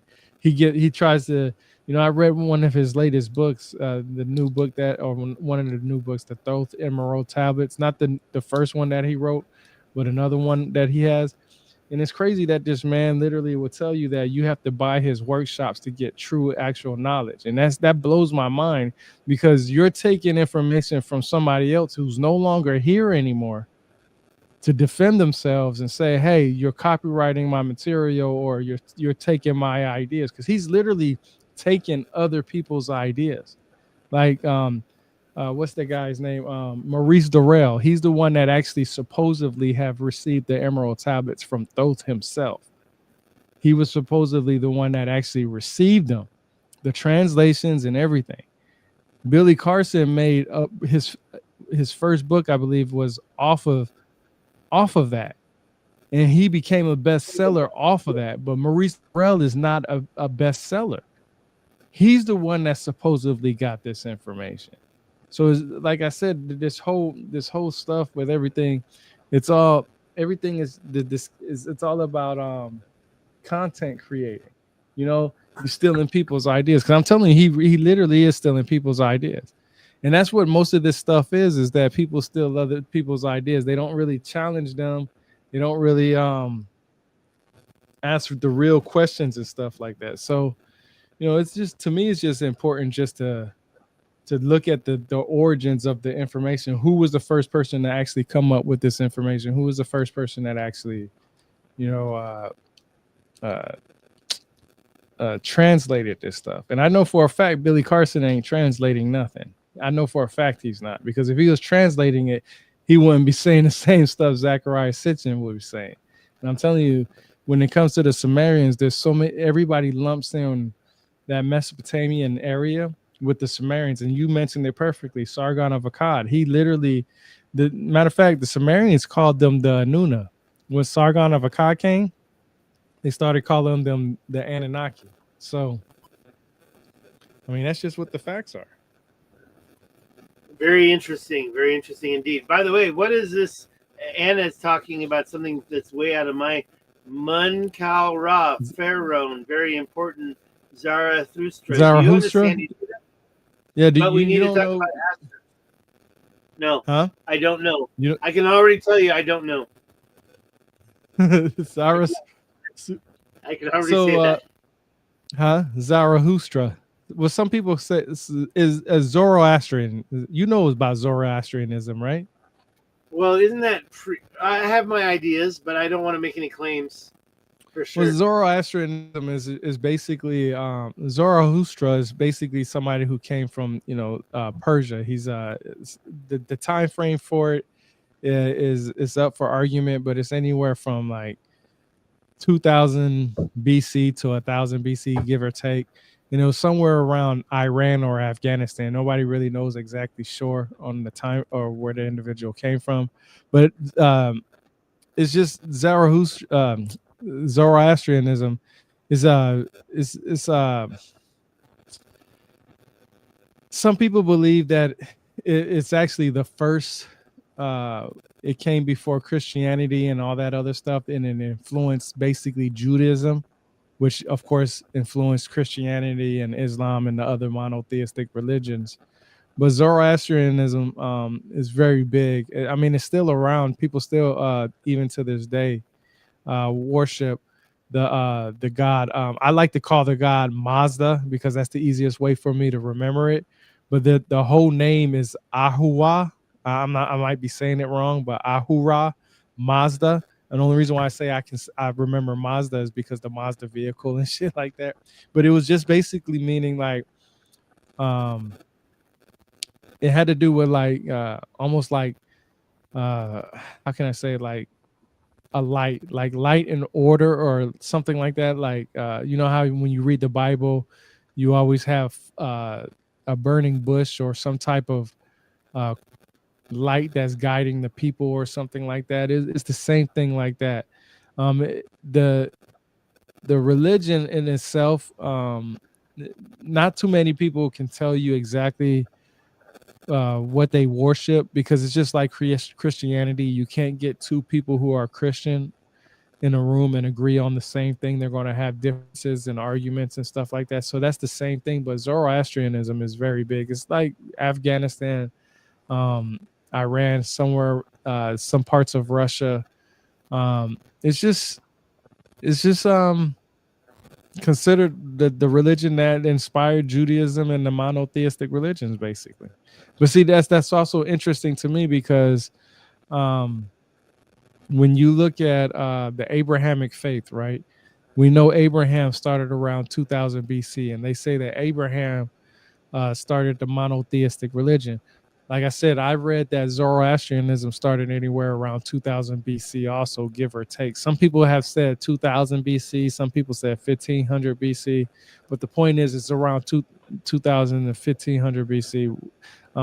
I've also heard the same thing about the Abrahamic faith. Some people say it started around 2000 BC. Some people say it started a little bit after, or whatever the case may be. So there's no actual agreed time frame for it. A lot of people will always try to put their religion above somebody else's because they're trying to predate it before somebody else's, that's why there's always arguments on it. But we do know that you could see, um, so Zoroastrianism has a lot to do with the fire god, basically, right? And when I was talking about the burning bush in Christianity, and the light that led the Israelites and stuff like that, and you know how when you read Christianity, baptism, in the earliest of monotheistic religion, didn't have to do with baptism. Really, didn't have to do with water at the time. It was more with fire. So in Zoroastrianism, instead of them getting baptized in water, or what you would call baptized or baptism in water, it would be fire. They would, their kids or themselves, they'll, walk on fire. Like, how some people walk on those coals on their feet, and when they come to the other side, they're supposed to be cleansed or something like that, or is it supposed to be a new um, birth to the right? Their religion had to do mostly with fire. That's why when you read the Bible, God always had to have a sacrifice. He had to have an animal that was put into the flames to be sacrificed for him, right? Um, and when you look at Zoroastrianism, they had to do a lot with fire. It's actually Zoroastrianism. If you read about it, man, you'll be very surprised to find the elements of Judaism coming from Zoroastrianism. Like, if you read the Bible for what it's worth, instead of trying to find things just to go with your narrative, you'll be like, wow, this shit sounds a lot like Zoroastrianism. Like, it does. Like, I mean, when I learned about Zoroastrianism and their fire gods and stuff like that, it immediately made me think of the burning bush with Moses. Immediately it made me think about it. And then you also have to think about Moses is also the first individual to have horns. He's the first individual to have horns. And what do we associate horns with? Well, we associate horns usually with the devil or something evil that lives in hell, which is hotter than, you know, you know, I anything that heard we those know of. horns were a misinterpretation. I heard those horns were a misinterpretation, and that they were supposed to be light is coming out of his Yeah, head it's instead supposed of to the be horn. light. That's what I'm saying, is that Zoroastrianism, that it had to do with light, fire. It was the leader. It was a wise god or wise gods. It had basically, what is light? Light looks like fire, right? Or heat of some sort, right? And that's where the confusion comes from. They say that the people that said is that it's light, they don't want to believe that Moses was first depicted with by horns. That's just what the facts are. Where was Moses in this map? Am I showing it? Yeah, this map. I mean, this is Mesopotamia. That's the cat. That's the Persian Gulf.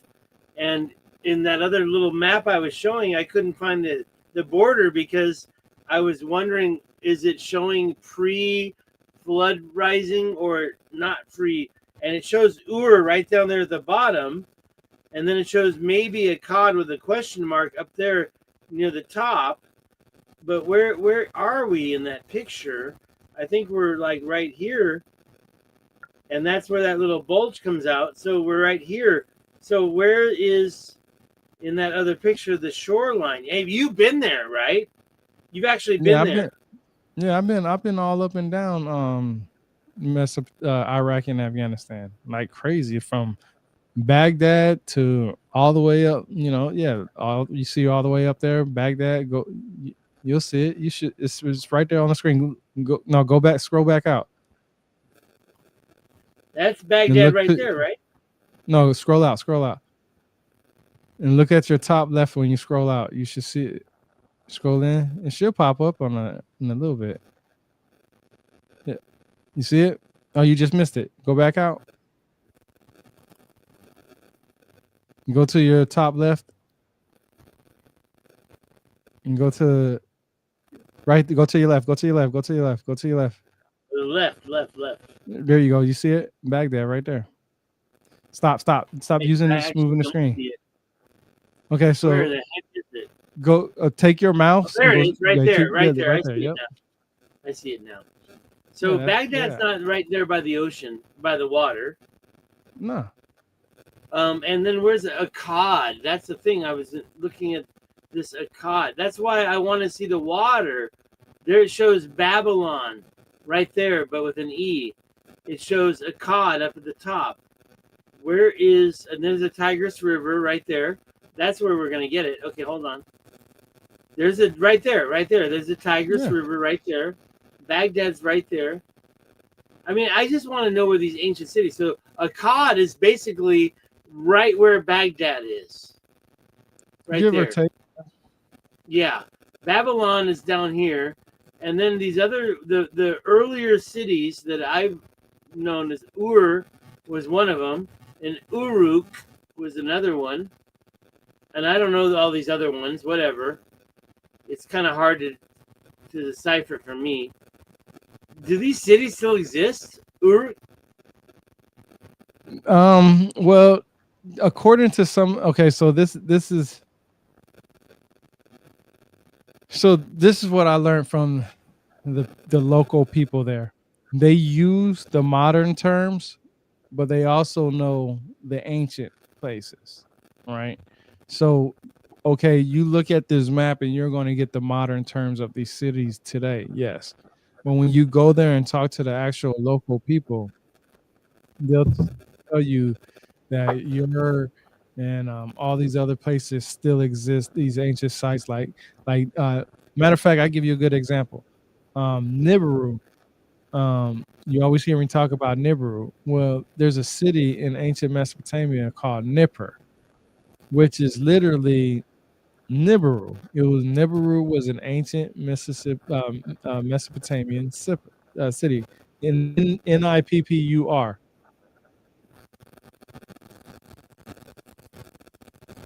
All right, let me try that. I better put in the word city. Yep, there you go, right there. Nippur was an ancient Mesopotamian city located in modern-day Iraq. Mm-hmm. Okay, where's the map? Right here. But so Nippur was basically inside of Baghdad, or it's going to be inside of Baghdad at least. It's not going to. It's literally inside of Baghdad. Yeah, see right there. You'll see it. Yeah, right there. Yeah, if I click on it, it gives me a hard time. Here we go. But the map is what I'm looking for.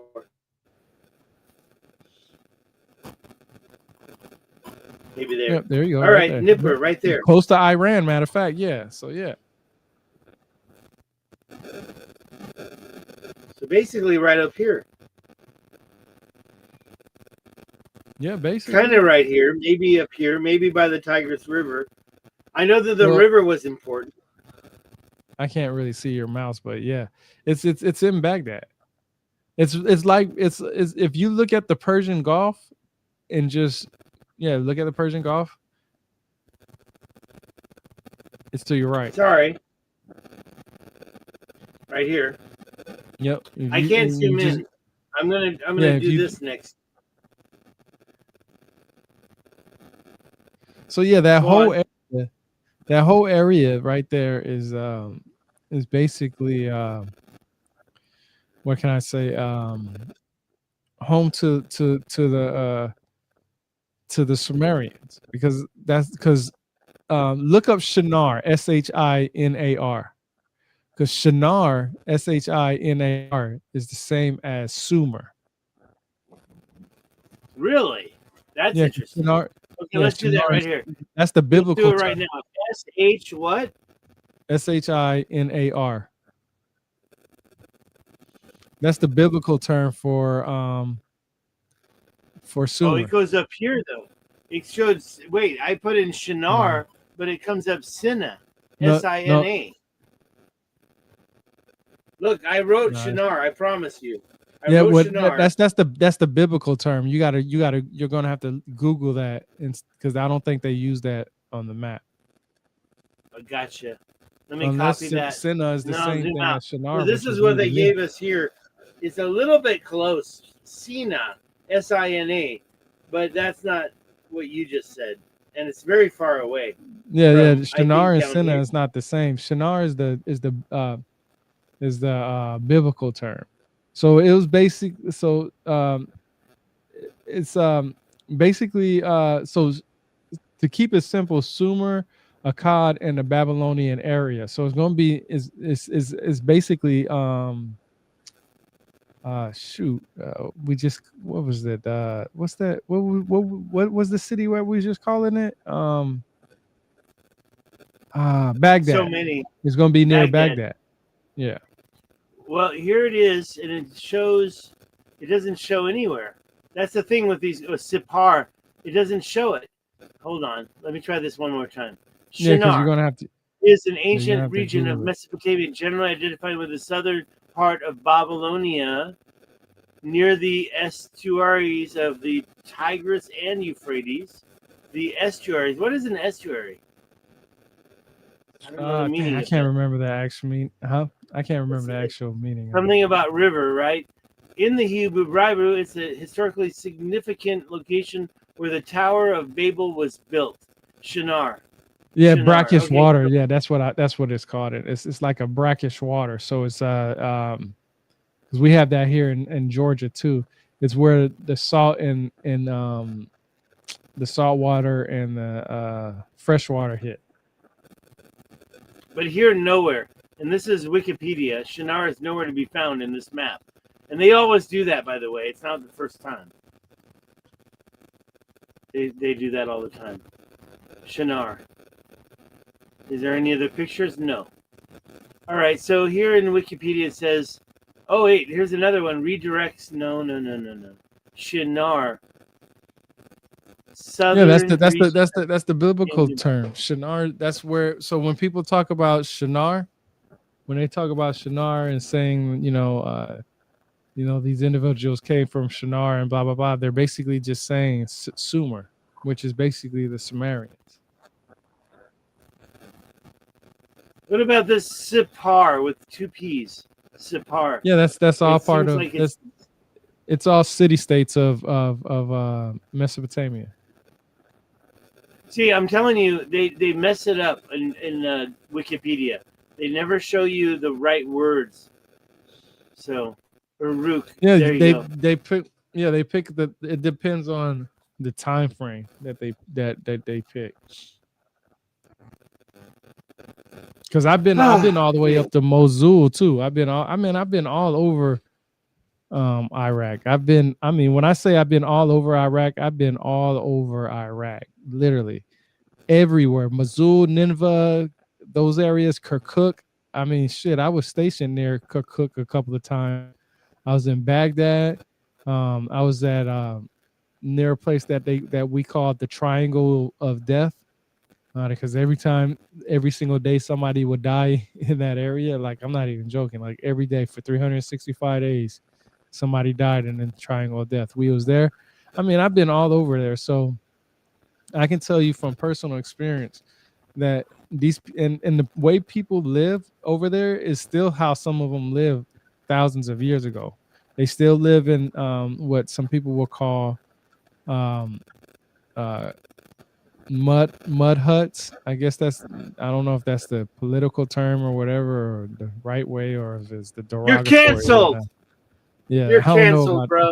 You but just said that's what they Mud Hut in yeah that's what they 2025. You said Mud Hut. that's what we call them. That's what we You're call them. so canceled. Yeah, Hey, I live call in me a mud canceled all hut. you want. I live in a mud hut. I live in the rain, man. It's raining right now. The water's coming through my ceiling. So I live in a Dang. mud hut. Anyways, Yeah, but no, it's okay. We're all good. No, that's what they. I mean, that's what they would call it there too. I mean, shit, the locals would say it too. So that's why I would say it. You know, they literally. I mean, they live the same way. They still live in tents. You know, and they whenever the seasons would change or something like that, they would pack up their shit and go somewhere else, especially during raining season because the rain from the mountains would flood them out. You know what I'm saying?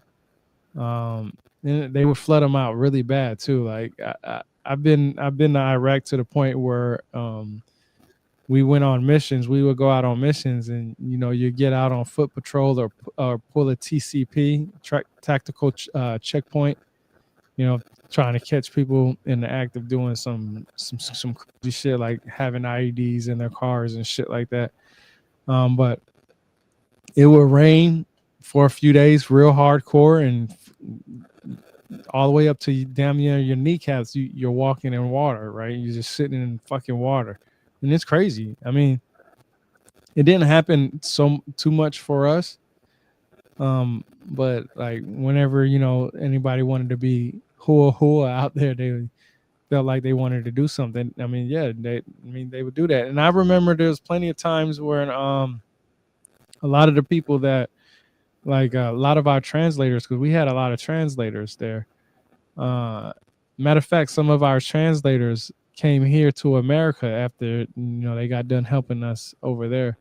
They would tell us stories about how that they were forced to believe in one God at one time. And I wish I was very into this stuff when I was 18 years old, because there could have been a lot of questions I could have asked them, because I mean I was out there hours, 16 hours a day just sitting out there. So all we had time to do was talk anyway. But if I was 18 with the amount of knowledge that I have now, I mean, there's no telling what I could do. I mean, we rode past plenty of historical sites. I've seen historical sites there that nobody's ever going to be able to see ever again because they blew that shit up. You know what I'm saying? I've been able to see certain things that other people haven't been able to see. So, what the hell is that? Yeah, let's honor that. Let's honor No, there that you go. because That's Zoroastrianism right there. Seriously, this is read about it honestly, when we we'll when we honor get that when we because honestly, you're right. This stuff is being destroyed. yeah, it was that I was on some missions. There was times when I was on some missions where we had to protect not the museums themselves, but protect the artifacts that were coming from the museums, and they had to ship them and move them out because when the war kicked off, they people were raiding the museums and stuff. So we set up uh, checkpoints and security details around them, and we had to have um, uh, we had these missions where we was helping them transport the artifacts from one place to another. So I mean, even with the money, even when they changed out the money, I still have some of Hussein's old money sitting right over here. Matter of fact, I Well, mean, show it, bro. Come on, pull hold it on. out. All right, hold on. Let's I see go it. grab it. I go grab it. Hold on. I'll Grab be it. right back. I'll Let's go take a grab it. look at that. Yeah, and hold it up to the camera because I'll tell you what, this is the type of thing you never see it again, and it has been like 20 years, right? What year are you talking about? I think we lost him. He's gonna be right back. Gonna show that money. Show us that money. Come on now. Okay, so we're gonna I mean, look, I am doing an update, but we didn't get all the way through it. And when he comes back, we'll see that money, and we're probably gonna finish this up pretty quick. It's been a while. Yeah, hold on. Here we go. So hold on. All right, let me So put of you big. course, Let me put you big. Hold on, let me put you big so you can. How do I make you the biggest? Solo. There you go. You are the biggest. So hold that money up. We got 68 viewers. I love it that we have 68 viewers. Thank you for viewing. There he is. There's Saddam. Yeah, look at him. and on the back because Saddam. it's really bad deteriorated, but you can see like the central bank on the back, Central Bank of Iraq. I mean, I got a lot of it right here. I got some. I got some money from Turkey. Oh, there you So I go. did. I wonder if I that's went the all. same as. I got a little bit of Turkish money. It doesn't look the same anymore. I don't think you can cash that in. This is gonna be pretty cool. Tell me what kind of money this is. Hold on. Let it clear. Oh Hold up. Hold up. wow! Hold Let up. me look It's at gonna clear. that. Yeah, I see 50 Padinen. Oh my gosh, Hold on. It's got it. Korchin. There we Oh my go. gosh, There we go. I'll never guess. I'll never guess. It looks Russian. I mean, Russian words, right? What's that word right there say? It blurred up, so I can't see it. Oh shit. Korun Seksholovinsky, 1987. I don't know, man. Where is that No, from? hold on. I got some more. Hold on. Wait, don't keep us in Tell the me what dark. kind of money you think this is. Hold up. Saudi Arabia. Yep. I'm Saudi telling you, Arabia. I've been all over the place. Like I said, I have money Wait, who was that literally. last one though? What was the one with the guy with the Russian? What was that? Hold on, let me see. I just put it down.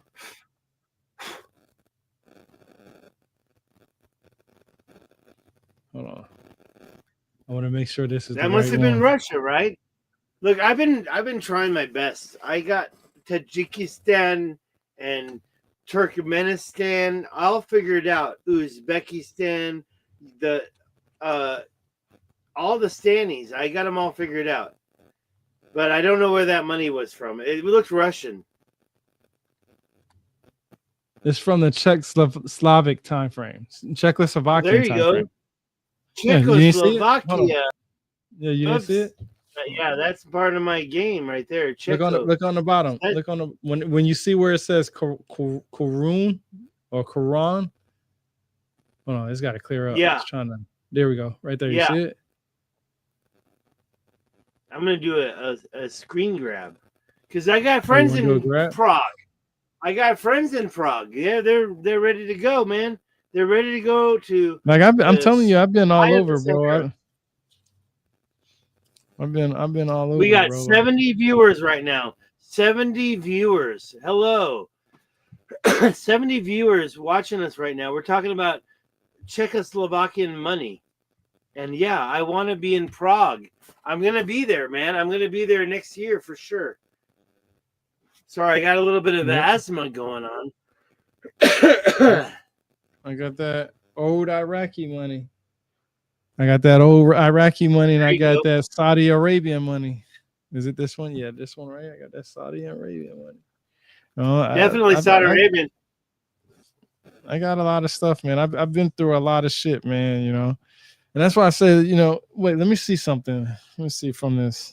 I just want to thank 70 viewers for being here right now. Thank you very much for our and please comment below. We got Anna saying something else. Western Europe money. Yep.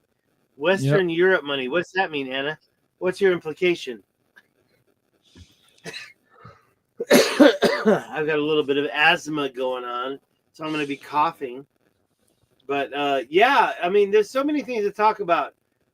I was ready to give a bunch of updates. I promised that in the beginning, but that's not happening anymore. We're going with what you're talking about. I love that money. I love I want to show you the money I picked up from Mauritania.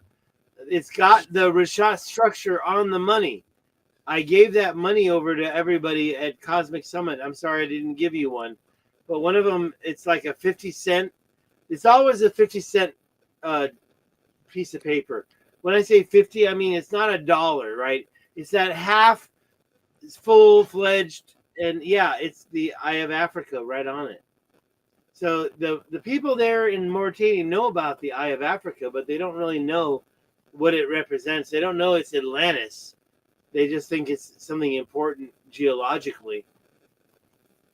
Hey, by the way, I got the sign up. Where'd you go? I think we're almost out of here, bro. Come on, it's Yep. what, been 3 hours? We're 2 at hours almost. almost Yeah. 2 hours. 2 hours. 70 people watching, though. We really need to invite the questions. Ladies and gentlemen, take a look. This is the beginning of 2025. I'm sorry, I meant to say it's the end of 2025 and the beginning of 2026. And we need to talk about what we've really discovered. As far as the Eye of Africa goes, we've got canals, we've got mining, terraforming, all sorts of crazy stuff. And I got all this stuff I'm going to talk about in the next video, I promise. I kind of cheated the viewers today. Wait, what's this? Anna says, guys, I got currency from Yugoslavia and Tesla. What does that say? All Tesla ones. Come on, Anna. Don't tease us. Show us. We want to see it. We want to see it. Come on, Anna. And she's been commenting this whole time, so we're really good. But we got 71 viewers. So, I mean, we got more than when we started. And yeah, we've been talking for 2 hours now and lots of stuff. But let's say it. I mean, come on. Somebody's hiding ancient history from us. No, ain't nobody hiding it. Nobody's hiding ancient history, bro. People just don't have enough time to go research it. Yeah, think about it, man. Look, I'm retired, man. I'm fortunate enough to be able to stay at home and do what I do, and I don't even have enough time to do what share what I want to share. You know what I'm saying? I don't have the time to research all the time. You know what I mean? Bro, I'm telling you, there is not enough time to gain all this knowledge. There's just not. There's no way you can gain all this knowledge. There's just no way you can. And we're gonna die. We're gonna die, and it's all gonna be forgotten for sure. And it is. It's gonna be forgotten. It's gonna be. And but the people, before it's forgotten, we're gonna embrace it. We're gonna get it. We're gonna get this shit figured out. And yes, I believe that. The people that ruin our history are people, and I'm going to be honest with you. I really do believe people like Billy Carson and Zachariah Sitchin set us back a lot of years when it comes to gaining this knowledge. Because Billy Carson right now. What's wrong with Billy Carson? I'm listening. I got to get off the camera. Yeah. I'm listening. The only thing I don't think he's genuine when he wants to share knowledge. He takes, like I said, he takes everybody's stuff and he creates a monetization out of it. He makes money from other people's stuff. I give you an example. Like I said, the emerald tablets. There's no emerald tablet that's ever out. Nobody has an emerald tablet. And there's no picture of an emerald tablet. There's nothing of an emerald tablet or emerald tablets, as I should say. Maurice Dorrell, who was once known as Clyde Dogans, if I'm not mistaken, because he changed his name. He is the guy that supposedly got this information from Thoth himself. And then he wrote down his translations and what he understood. And when you read Billy Carson's books, he says to gain in-depth or gain real knowledge or gain, the real stuff, you have to subscribe to his stuff. Well, if you read Maurice Dorrell's translations of the Emerald Tablets, he says in his books or in his book that you need to read that book 70 something plus times. I can't remember the exact number, but you're supposed to read it 70 times. Once you read it those 70 plus times, something is supposed to happen within you. Billy Carson doesn't talk about that. He says you have to subscribe to his workshops to gain this better knowledge or more knowledge. And he takes away from actual researchers because, like I said, Zachariah Sitchin literally talks about Planet Nibiru. But I've already went over a whole complete series of his books, and I showed everybody live where to get the actual information from. And we know for a fact, as a group of intelligent individuals, that there is no Planet Nibiru out there. Okay, is there a life outside of planet Earth? I absolutely 100% believe that. Is there another planet that might inhabit life out there? Absolutely, I can believe that. But right now, as our archaeological digs, there is no cuneiform tablet of any thing that says Planet Nibiru orbits our sun every 3,600 years, and that the Anunnaki came to our planet to mine gold. to send gold back to their planet to fix their atmosphere. There's nothing in that. Matter of fact, Zachariah Sitchin says in his books himself, there's no definite information on that. There's no cuneiform on that. He has to pick things from different sources to give him that idea. And you can't do that. You can't do that. You can't do that. You use the source for the Sumerians and you go with the Sumerians say. You use the source for the Akkadians and you go off what the Akkadians say. The problem with that is, and I agree with both Zachariah Sitchin and Billy Carson on this, is that a lot of cuneiform tablets are broken up. They're deteriorated. So you might have to fill in the blanks. But that's when their personal narrative fills in those blanks because that's not actually what they said. We're just filling in the blanks of what we might comprehend because somebody else told another story. So when it comes to people who actually read the text, who want the information, because I've asked Billy Carson plenty of times. I met him at Cosmic Summit. He's very disrespectful and he doesn't know it. I think he thinks he's so intelligent to the point that he doesn't. I don't think he recognizes it. But there are people out there that do study this stuff, and I'm one of them. I study this stuff really hardcore. And one thing that I've noticed about me that is different than a lot of content creators out there is that I like to be challenged. I want somebody to say, hey, show me the source.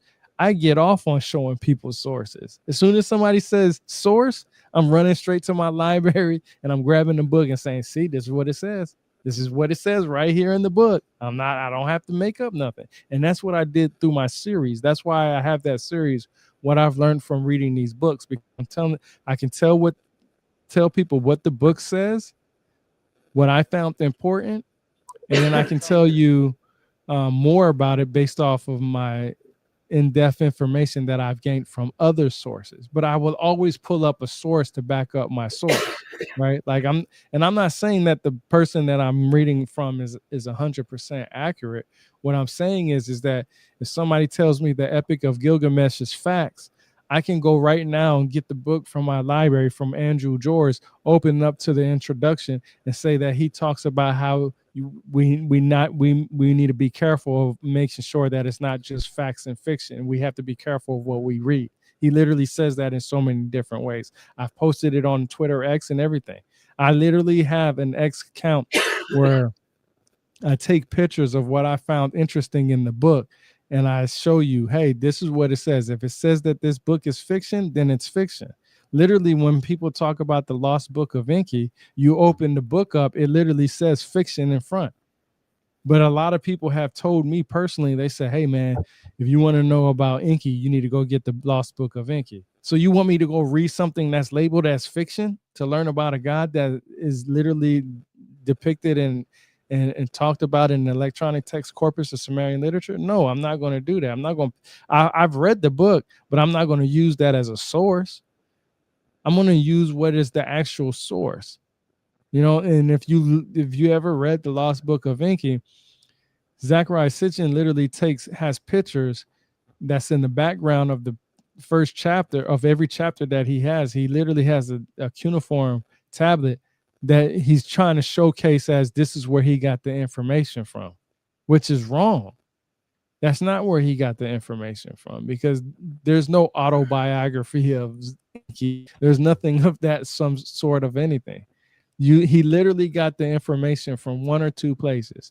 He either got it from the electronic text. Matter of fact, skip all that. He had to get it from Oxford University because Oxford University is the bread and butter when it comes out to the Sumerian civilization. I mean, there are other. Why do you say that? Why do you say that? Because they have all the translations that's available to the general public. That's why I say it. So it's not me saying, hey, that's where you need to go to learn solely about them. No, there's other websites that you need to go to. But if you want like I said, before you build the house of knowledge, you need to build your foundation. And the foundation is going to electronic text corpus of Sumerian literature.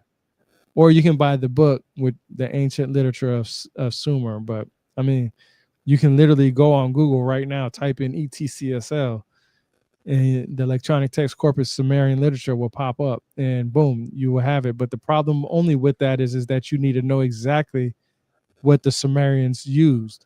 ETCSL. What is it? ETCSL.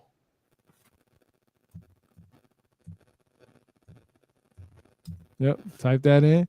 Right there. University of Oxford, the electronic text corpus of Sumerian literature. Bada boom, bada bing.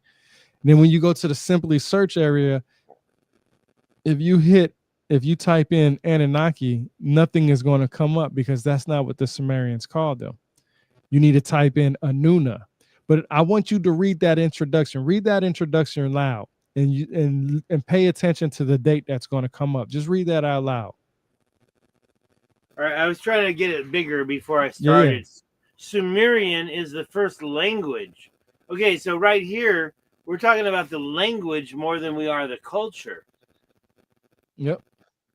for which we have written evidence and its literature for the earliest known.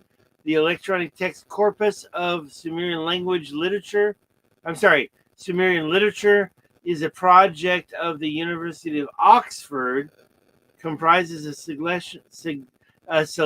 selection of nearly 400 literary compositions recorded on sources which come from ancient Mesopotamia, modern Iraq, and date to the late 3rd and early 2nd millennia BCE. Now the late 3rd and early 2nd millennium BC. Yeah, I want to make it a little bigger. But that's the part that's important. Why so? Because it tells you the date frame of when these texts were possibly dated to. You see what I'm saying?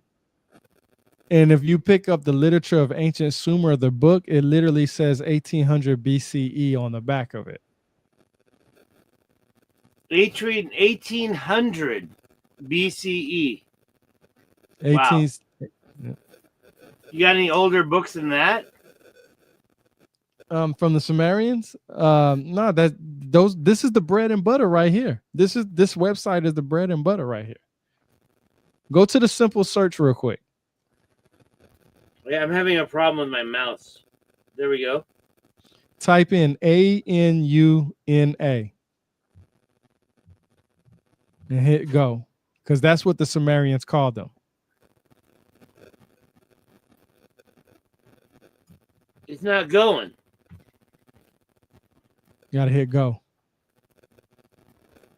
All right, there we go. Yeah, now you see right there.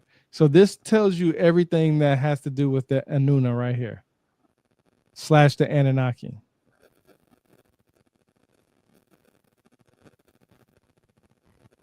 This is the Anunnaki. Yeah, because the Sumerians called them the Anuna. It's the Akkadians that called them the Anunnaki. And you would not find anything. Now type in go back. Here's another thing. Go back to the beginning. I'm gonna show you another thing. How about here? Yeah, you could do it right there. Type in Nibru. Isn't there another letter in there? Nope, because that's what the Sumerians called them. The Sumerians called it Nibru. The Akkadians called it Nibiru.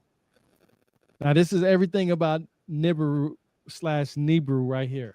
And you will not find anything about them coming from a planet that orbit the sun every 3,600 years. Nothing. I'm having a little problem with my mouse.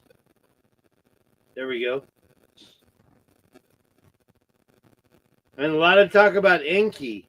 So we've got Enki talking about Nibiru. Yeah.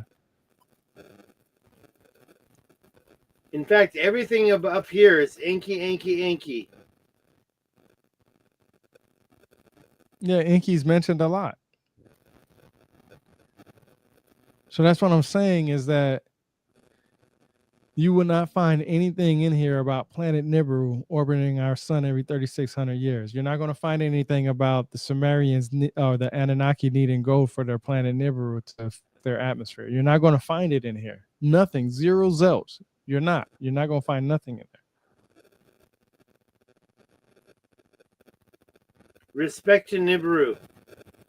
Abandoned to the shrine, Nibiru. What are they talking about? The shrine is usually where? The temple. So this is a place underwater? Where is No, this this shrine? is this shrine is a Nibiru was on top of what some people would consider a hilltop or a mountain. You know how the Greeks had Mount Olympus, all their gods would lived on Mount Olympus, Mount Olympus. That's basic. You know how, matter of fact, you know how Egypt is higher ground than the city around it. It's the same Yeah, exact and thing. look at the Parthenon. The same with the Parthenon. So yeah, that's what I'm saying. You would not find any of what Zechariah Sitchin says in those texts. Zero, zilch, none. You would not be able to find, Billy Carson would not be able to give you any of that information. Go to the top, go back to the search bar, not this search bar, but go to your Google, go back to your Google. I want you to look at something else. I want to show you something else. Type Go ahead. in type in Epic of Gilgamesh, CDLI.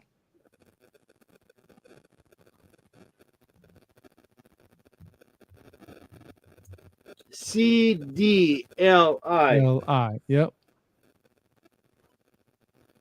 Now that pops up CD link. Just hit enter. Yeah, just hit enter. Okay, click on the first one. This is the cuneiform tablet that gives you about part of the Epic of Gilgamesh. That little thing right there. No, there's a lot more. There's a lot more of it, but that's just one of them. That's just I wanted to show you how deteriorated some of the tablets look when they're trying to translate some of the stuff. Where am I going next? Right here. No, that's just the tablet. Yeah, that's just the tablet. That's it. Well, I'm seeing a very there's small. there's more of it. There's more of it, of course, but you got to know how to search it. You see how it's deteriorated? So they take a little bit of that, and then whatever's not included in there, they create a narrative from those missing parts. That's the best I can get right there. No, it looks good. I can see it on my screen. This is the Epic of Gilgamesh, but you said there's more. So where's the more? Yeah. So go back to your Google, because it's type. Okay, so you see where it says the Babylonian Gilgamesh epic? It should be like, yeah, that one right there. Click on that one. That should be the biggest one. Oh no, it's not. Okay, yeah, you can click on any of those. So those are all things that you can, tablets that you can click on. So you see that's part of one. Taking its time. There it is. Yeah, that's part of one. And then you can go back to the beginning. You can see, you can go through all the ones that have parts of it. Those are actually cuneiform tablets with the Cuneiform Digital Initiative identifier.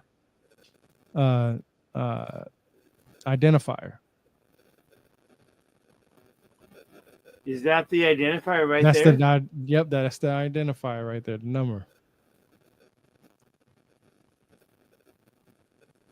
Hard to see what this says because you can barely make out what's going on. Let's go to the next. Exactly. What's going on down here?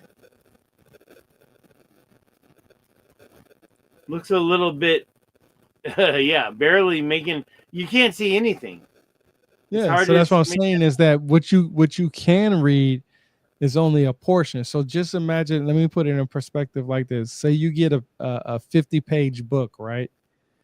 But somebody else has that same 50-page book. You're missing 1 through 30, and they have 30 through 40, right? You'll take, but the one that the other person has is a republished, not a republished, a revised version, meaning they revised it, right? So you'll fill in the blanks and say, okay, well, we can find this same exact story in the Sumerians, but we don't know exactly what the Sumerians said, but we know what the Akkadians said, or whoever. Yeah, see, Here's that's another another. one. Look. Yep. Yeah, this one is showing. It's kind of hard to zoom in on it. You got to go through all these processes. Now here we can see the actually stylus, and we can see Yep. the writing. That other one Yep. was a little bit blank. So yeah, this is a lot. And yeah, get in there and try to decipher all those marks. And I am a linguist. I do consider myself a linguist. I consider that very hard. Yeah, and we have already, both me and you already talked about how the Chinese writing system and the Sumerian writing system, they have some similarities in them. And I showed you the book that I have that on. Yeah, there's some differences in similarities in strokes, and the way these stylus marks could be considered a stroke when you're drawing with a stylus, calligraphy or whatever you want to call it. Yeah, very similar, and yes, not very different in age. To be honest, the Chinese always brag they've got 5,000 years of history, but then when you try to get it down and detail it, you're getting like a couple thousand, maybe 3,000. But the truth is, they were always around there. You can't deny they were living there, and their language was strokes, stroke Yeah. order, characters. And Yep. yes, each one of these could be a character to me. I can't seem to get out of there. How do I get out of there? You got to close it out because it's going to always open up a new window when you do it. Wow, only Yeah, 9 that's it, man. p.m. here. That's, What time is it where you are? it's midnight. Midnight. Oh my gosh. We probably should sum this up. And yes, I didn't get through my presentation at all, but I'm cool with that. I'm cool with that because everything you said is so valid and important. And the fact that people misinterpret, because they're going by what they've been told. And that's why so many people think that the Seven Sisters is the Little Dipper. It ain't. Yeah. It ain't. You know, they're all like, "That's the Little Dipper." I'm like, "No, you're pointing straight up. That's definitely not the Little Dipper. Point north. That's the Little Dipper." And they're like, "Oh no, but I've been taught." No, you were taught wrong. People are misinforming you. Yeah, And that's what I yes, said. Pleiades looks like a Little Dipper, but it's not the Little Dipper. It's the Seven Sisters. It's part of Taurus. It's one of the oldest, very, very oldest, number one oldest constellations on this whole chart. That's what I've Yeah, been with those things I shared earlier. yeah, that's what I said, man. You know, when it comes to the Sumerians and Anunnaki, there's only one person that I can come to mind that really, takes away the credibility of what should be known. I get it. Some people need to live off of being rich. I know some people gotta have money, and I feel like, I know people that's what makes them. You know what I mean? Uh, and if that's the only thing that makes them and identify them, then hey, do what you want to do. But my point is that when we're going to line up the facts, you can't take away the fact that the Sumerians, they didn't know no more than 5 planets. It's literally known that whatever planets you can see with the naked eye, that's what the Sumerians knew. It wasn't until later on in the Chaldean time frame, because those are considered the first astronomy astrologers out there. They're the first ones that was looking in the skies and putting all this stuff together. And that's where you get the idea of the more planets and so on and so forth, because they were tracking the skies. I know a lot of people say, well, telescopes weren't made into a certain time frame. Well, we know for a fact that they had some type of glass back then. We don't know what type of glass that we can say that they had, but they had some type of glass. And if you know about telescopes, some of them, you tell that it has certain types of lenses and glasses and stuff like that. But Don't forget that King Atlas, was the creator of the celestial globe. So he had the skies nailed down. He was the yeah, first. already mapped out. but they don't mention him because nobody knows when he was alive. But he was the creator of the Atlas. He was the creator of Yeah, the celestial map, and yet he was the son of Atlantis. But nobody wants to talk about that. yeah. So yeah, it's just for me. It's just important to, I don't. If you ever put me in a debate with Billy Carson, you think he ran out on Wesley Huff like that, man? That dude would never come back online ever again, straight up, because I would shut him down so bad that he would never get back online again. He would never Uh-oh. make another video about the Anunnaki again because I would bring straight facts to the table, straight facts to the table.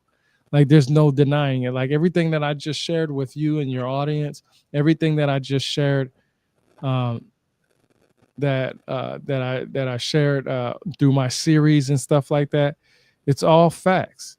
Okay, if there is a planet Nibiru out there, give me the cuneiform tablet identifier that says that, because I already showed you where you can go look for the cuneiform tablet yourself, and which is CDLI, the Cuneiform Digital Library of Initiative.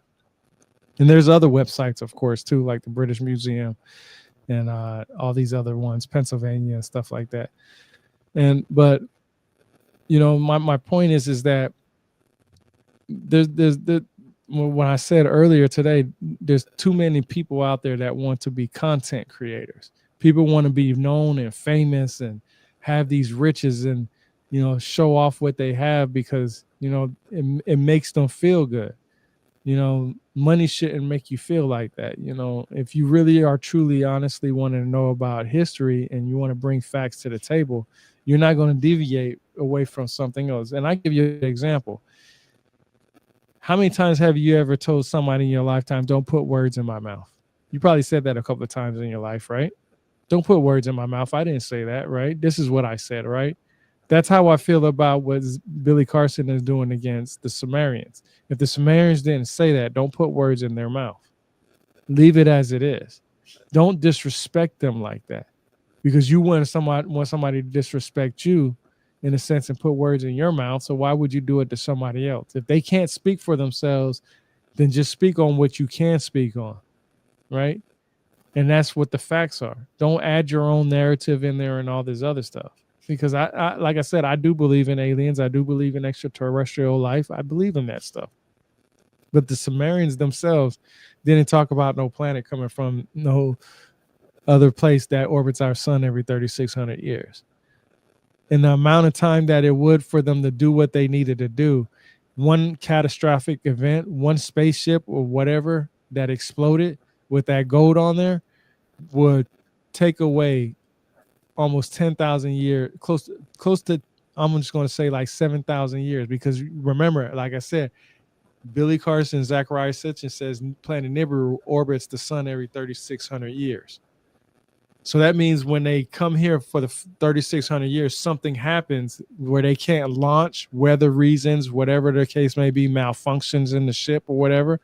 They have to wait for another 3,600 years to do it again. Right? That doesn't make sense if you're trying to save a planet.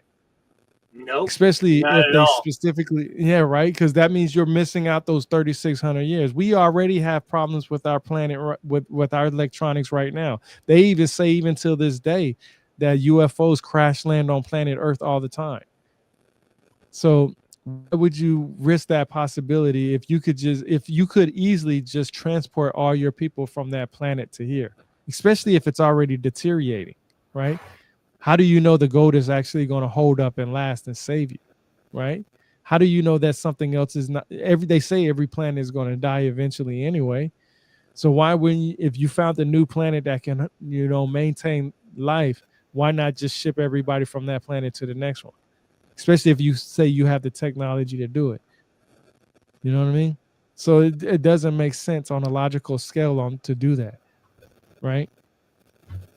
I hear you, and I believe that a lot of things have been misdirected and deflecting. Just like I said at the beginning of this video, they're deflecting on the story of Atlantis with that whole Bob Snow guy or whatever his name was, and the way that he was trying to play it. They're trying to say this isn't a real story, why are they even bothering saying that? Why would you even say something like that Why when did it you even could have a be? conversation about it in the first place? If So you don't this, believe it's real, then just move on from the conversation. Why are you going to sit here and convince other people it's not real when there's literally well, books it's written a about form of the same deflection we've been going through our whole system. Ever since we've been born, we've been dealing with this. We've it? been Yeah. dealing with this misdirection since the beginning. But now we're starting to see through the hiding and the secrets and the we're starting to see the real story here. And that's why I'm involved in all this. That's why I'm wearing these sunglasses and this hat right now. Boom. Hey, you've been doing a great job with doing most of the talking tonight. I'm really happy with what you've been saying. We got a couple people. One thing I want to say is Anna, she said they used fish bones for the cuneiform. Is that true, or what do you think about Sometimes that? they did, yeah. Sometimes they did when they didn't have a reed, like a stylus or something like that. They did definitely use certain types of fish bones. Well, and honestly, we're talking about a stroke, and that's why I'm not disagreeing with her. But when you talk about one line, it could go straight up and down, it could go side to side, it can go kind of up, and there's different strokes in Chinese. That's how I learned that. Literally, every Chinese character can be created with about 7 strokes, maybe 8. Mhm. But the cuneiform is even more straight. I mean, it's literally like I want to study more about all this. I Well, really do. it started as a pictographic script, so it mainly started like how can I say it was like how you use a stylus. You just press it on a certain way, press it on the clay You go tablet a straight certain down. way. You go straight down with a certain angle. Sure. Mhm. Yeah, but yeah, that's Oh, all I got to say, man. Anna says that was the Asian Mandarin way to do it, and that's what I know is Mandarin. I speak Mandarin. 我当然可以讲中文. But Anna Zovar, by the way, almost Zoroastrian, Zovarzina, very impressed by her comments tonight. We got to cut it short, bro. I'm ready to probably crash out Yeah. pretty soon. All right, let's But do we it. got, Let's cut it down, man. according to this, I got 71 viewers, but then I logged in over here and it says 4 viewers, 5 watching now. Why does it say 71 when I've got 5 up there at the Yeah, let me see YouTube? how I'm being stifled, bro. We're being it stifled. happens. It We're out happens, of bro. here. We're gonna get out of here. Hey, I'm gonna end the stream, but let's have a quick talk after I end it. What do you think? All right, And bro. yes, I'm probably ready for bed.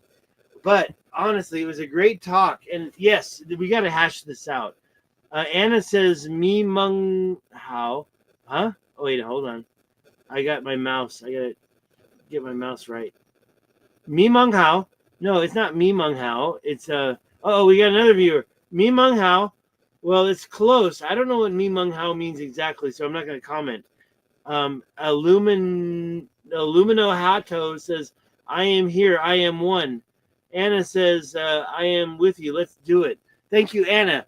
Let's keep commenting after this is finished down below in the permanent comment section, and let's get this figured out. Do I really have 72 viewers? We've been talking for 2 hours and a half, 2.5 hours. Yep. Let's get it settled out so we can go to bed. I know you're later than me, and I'm ready. I already took my nap. We're talking about what is it called? Napping chaos. What did I say earlier?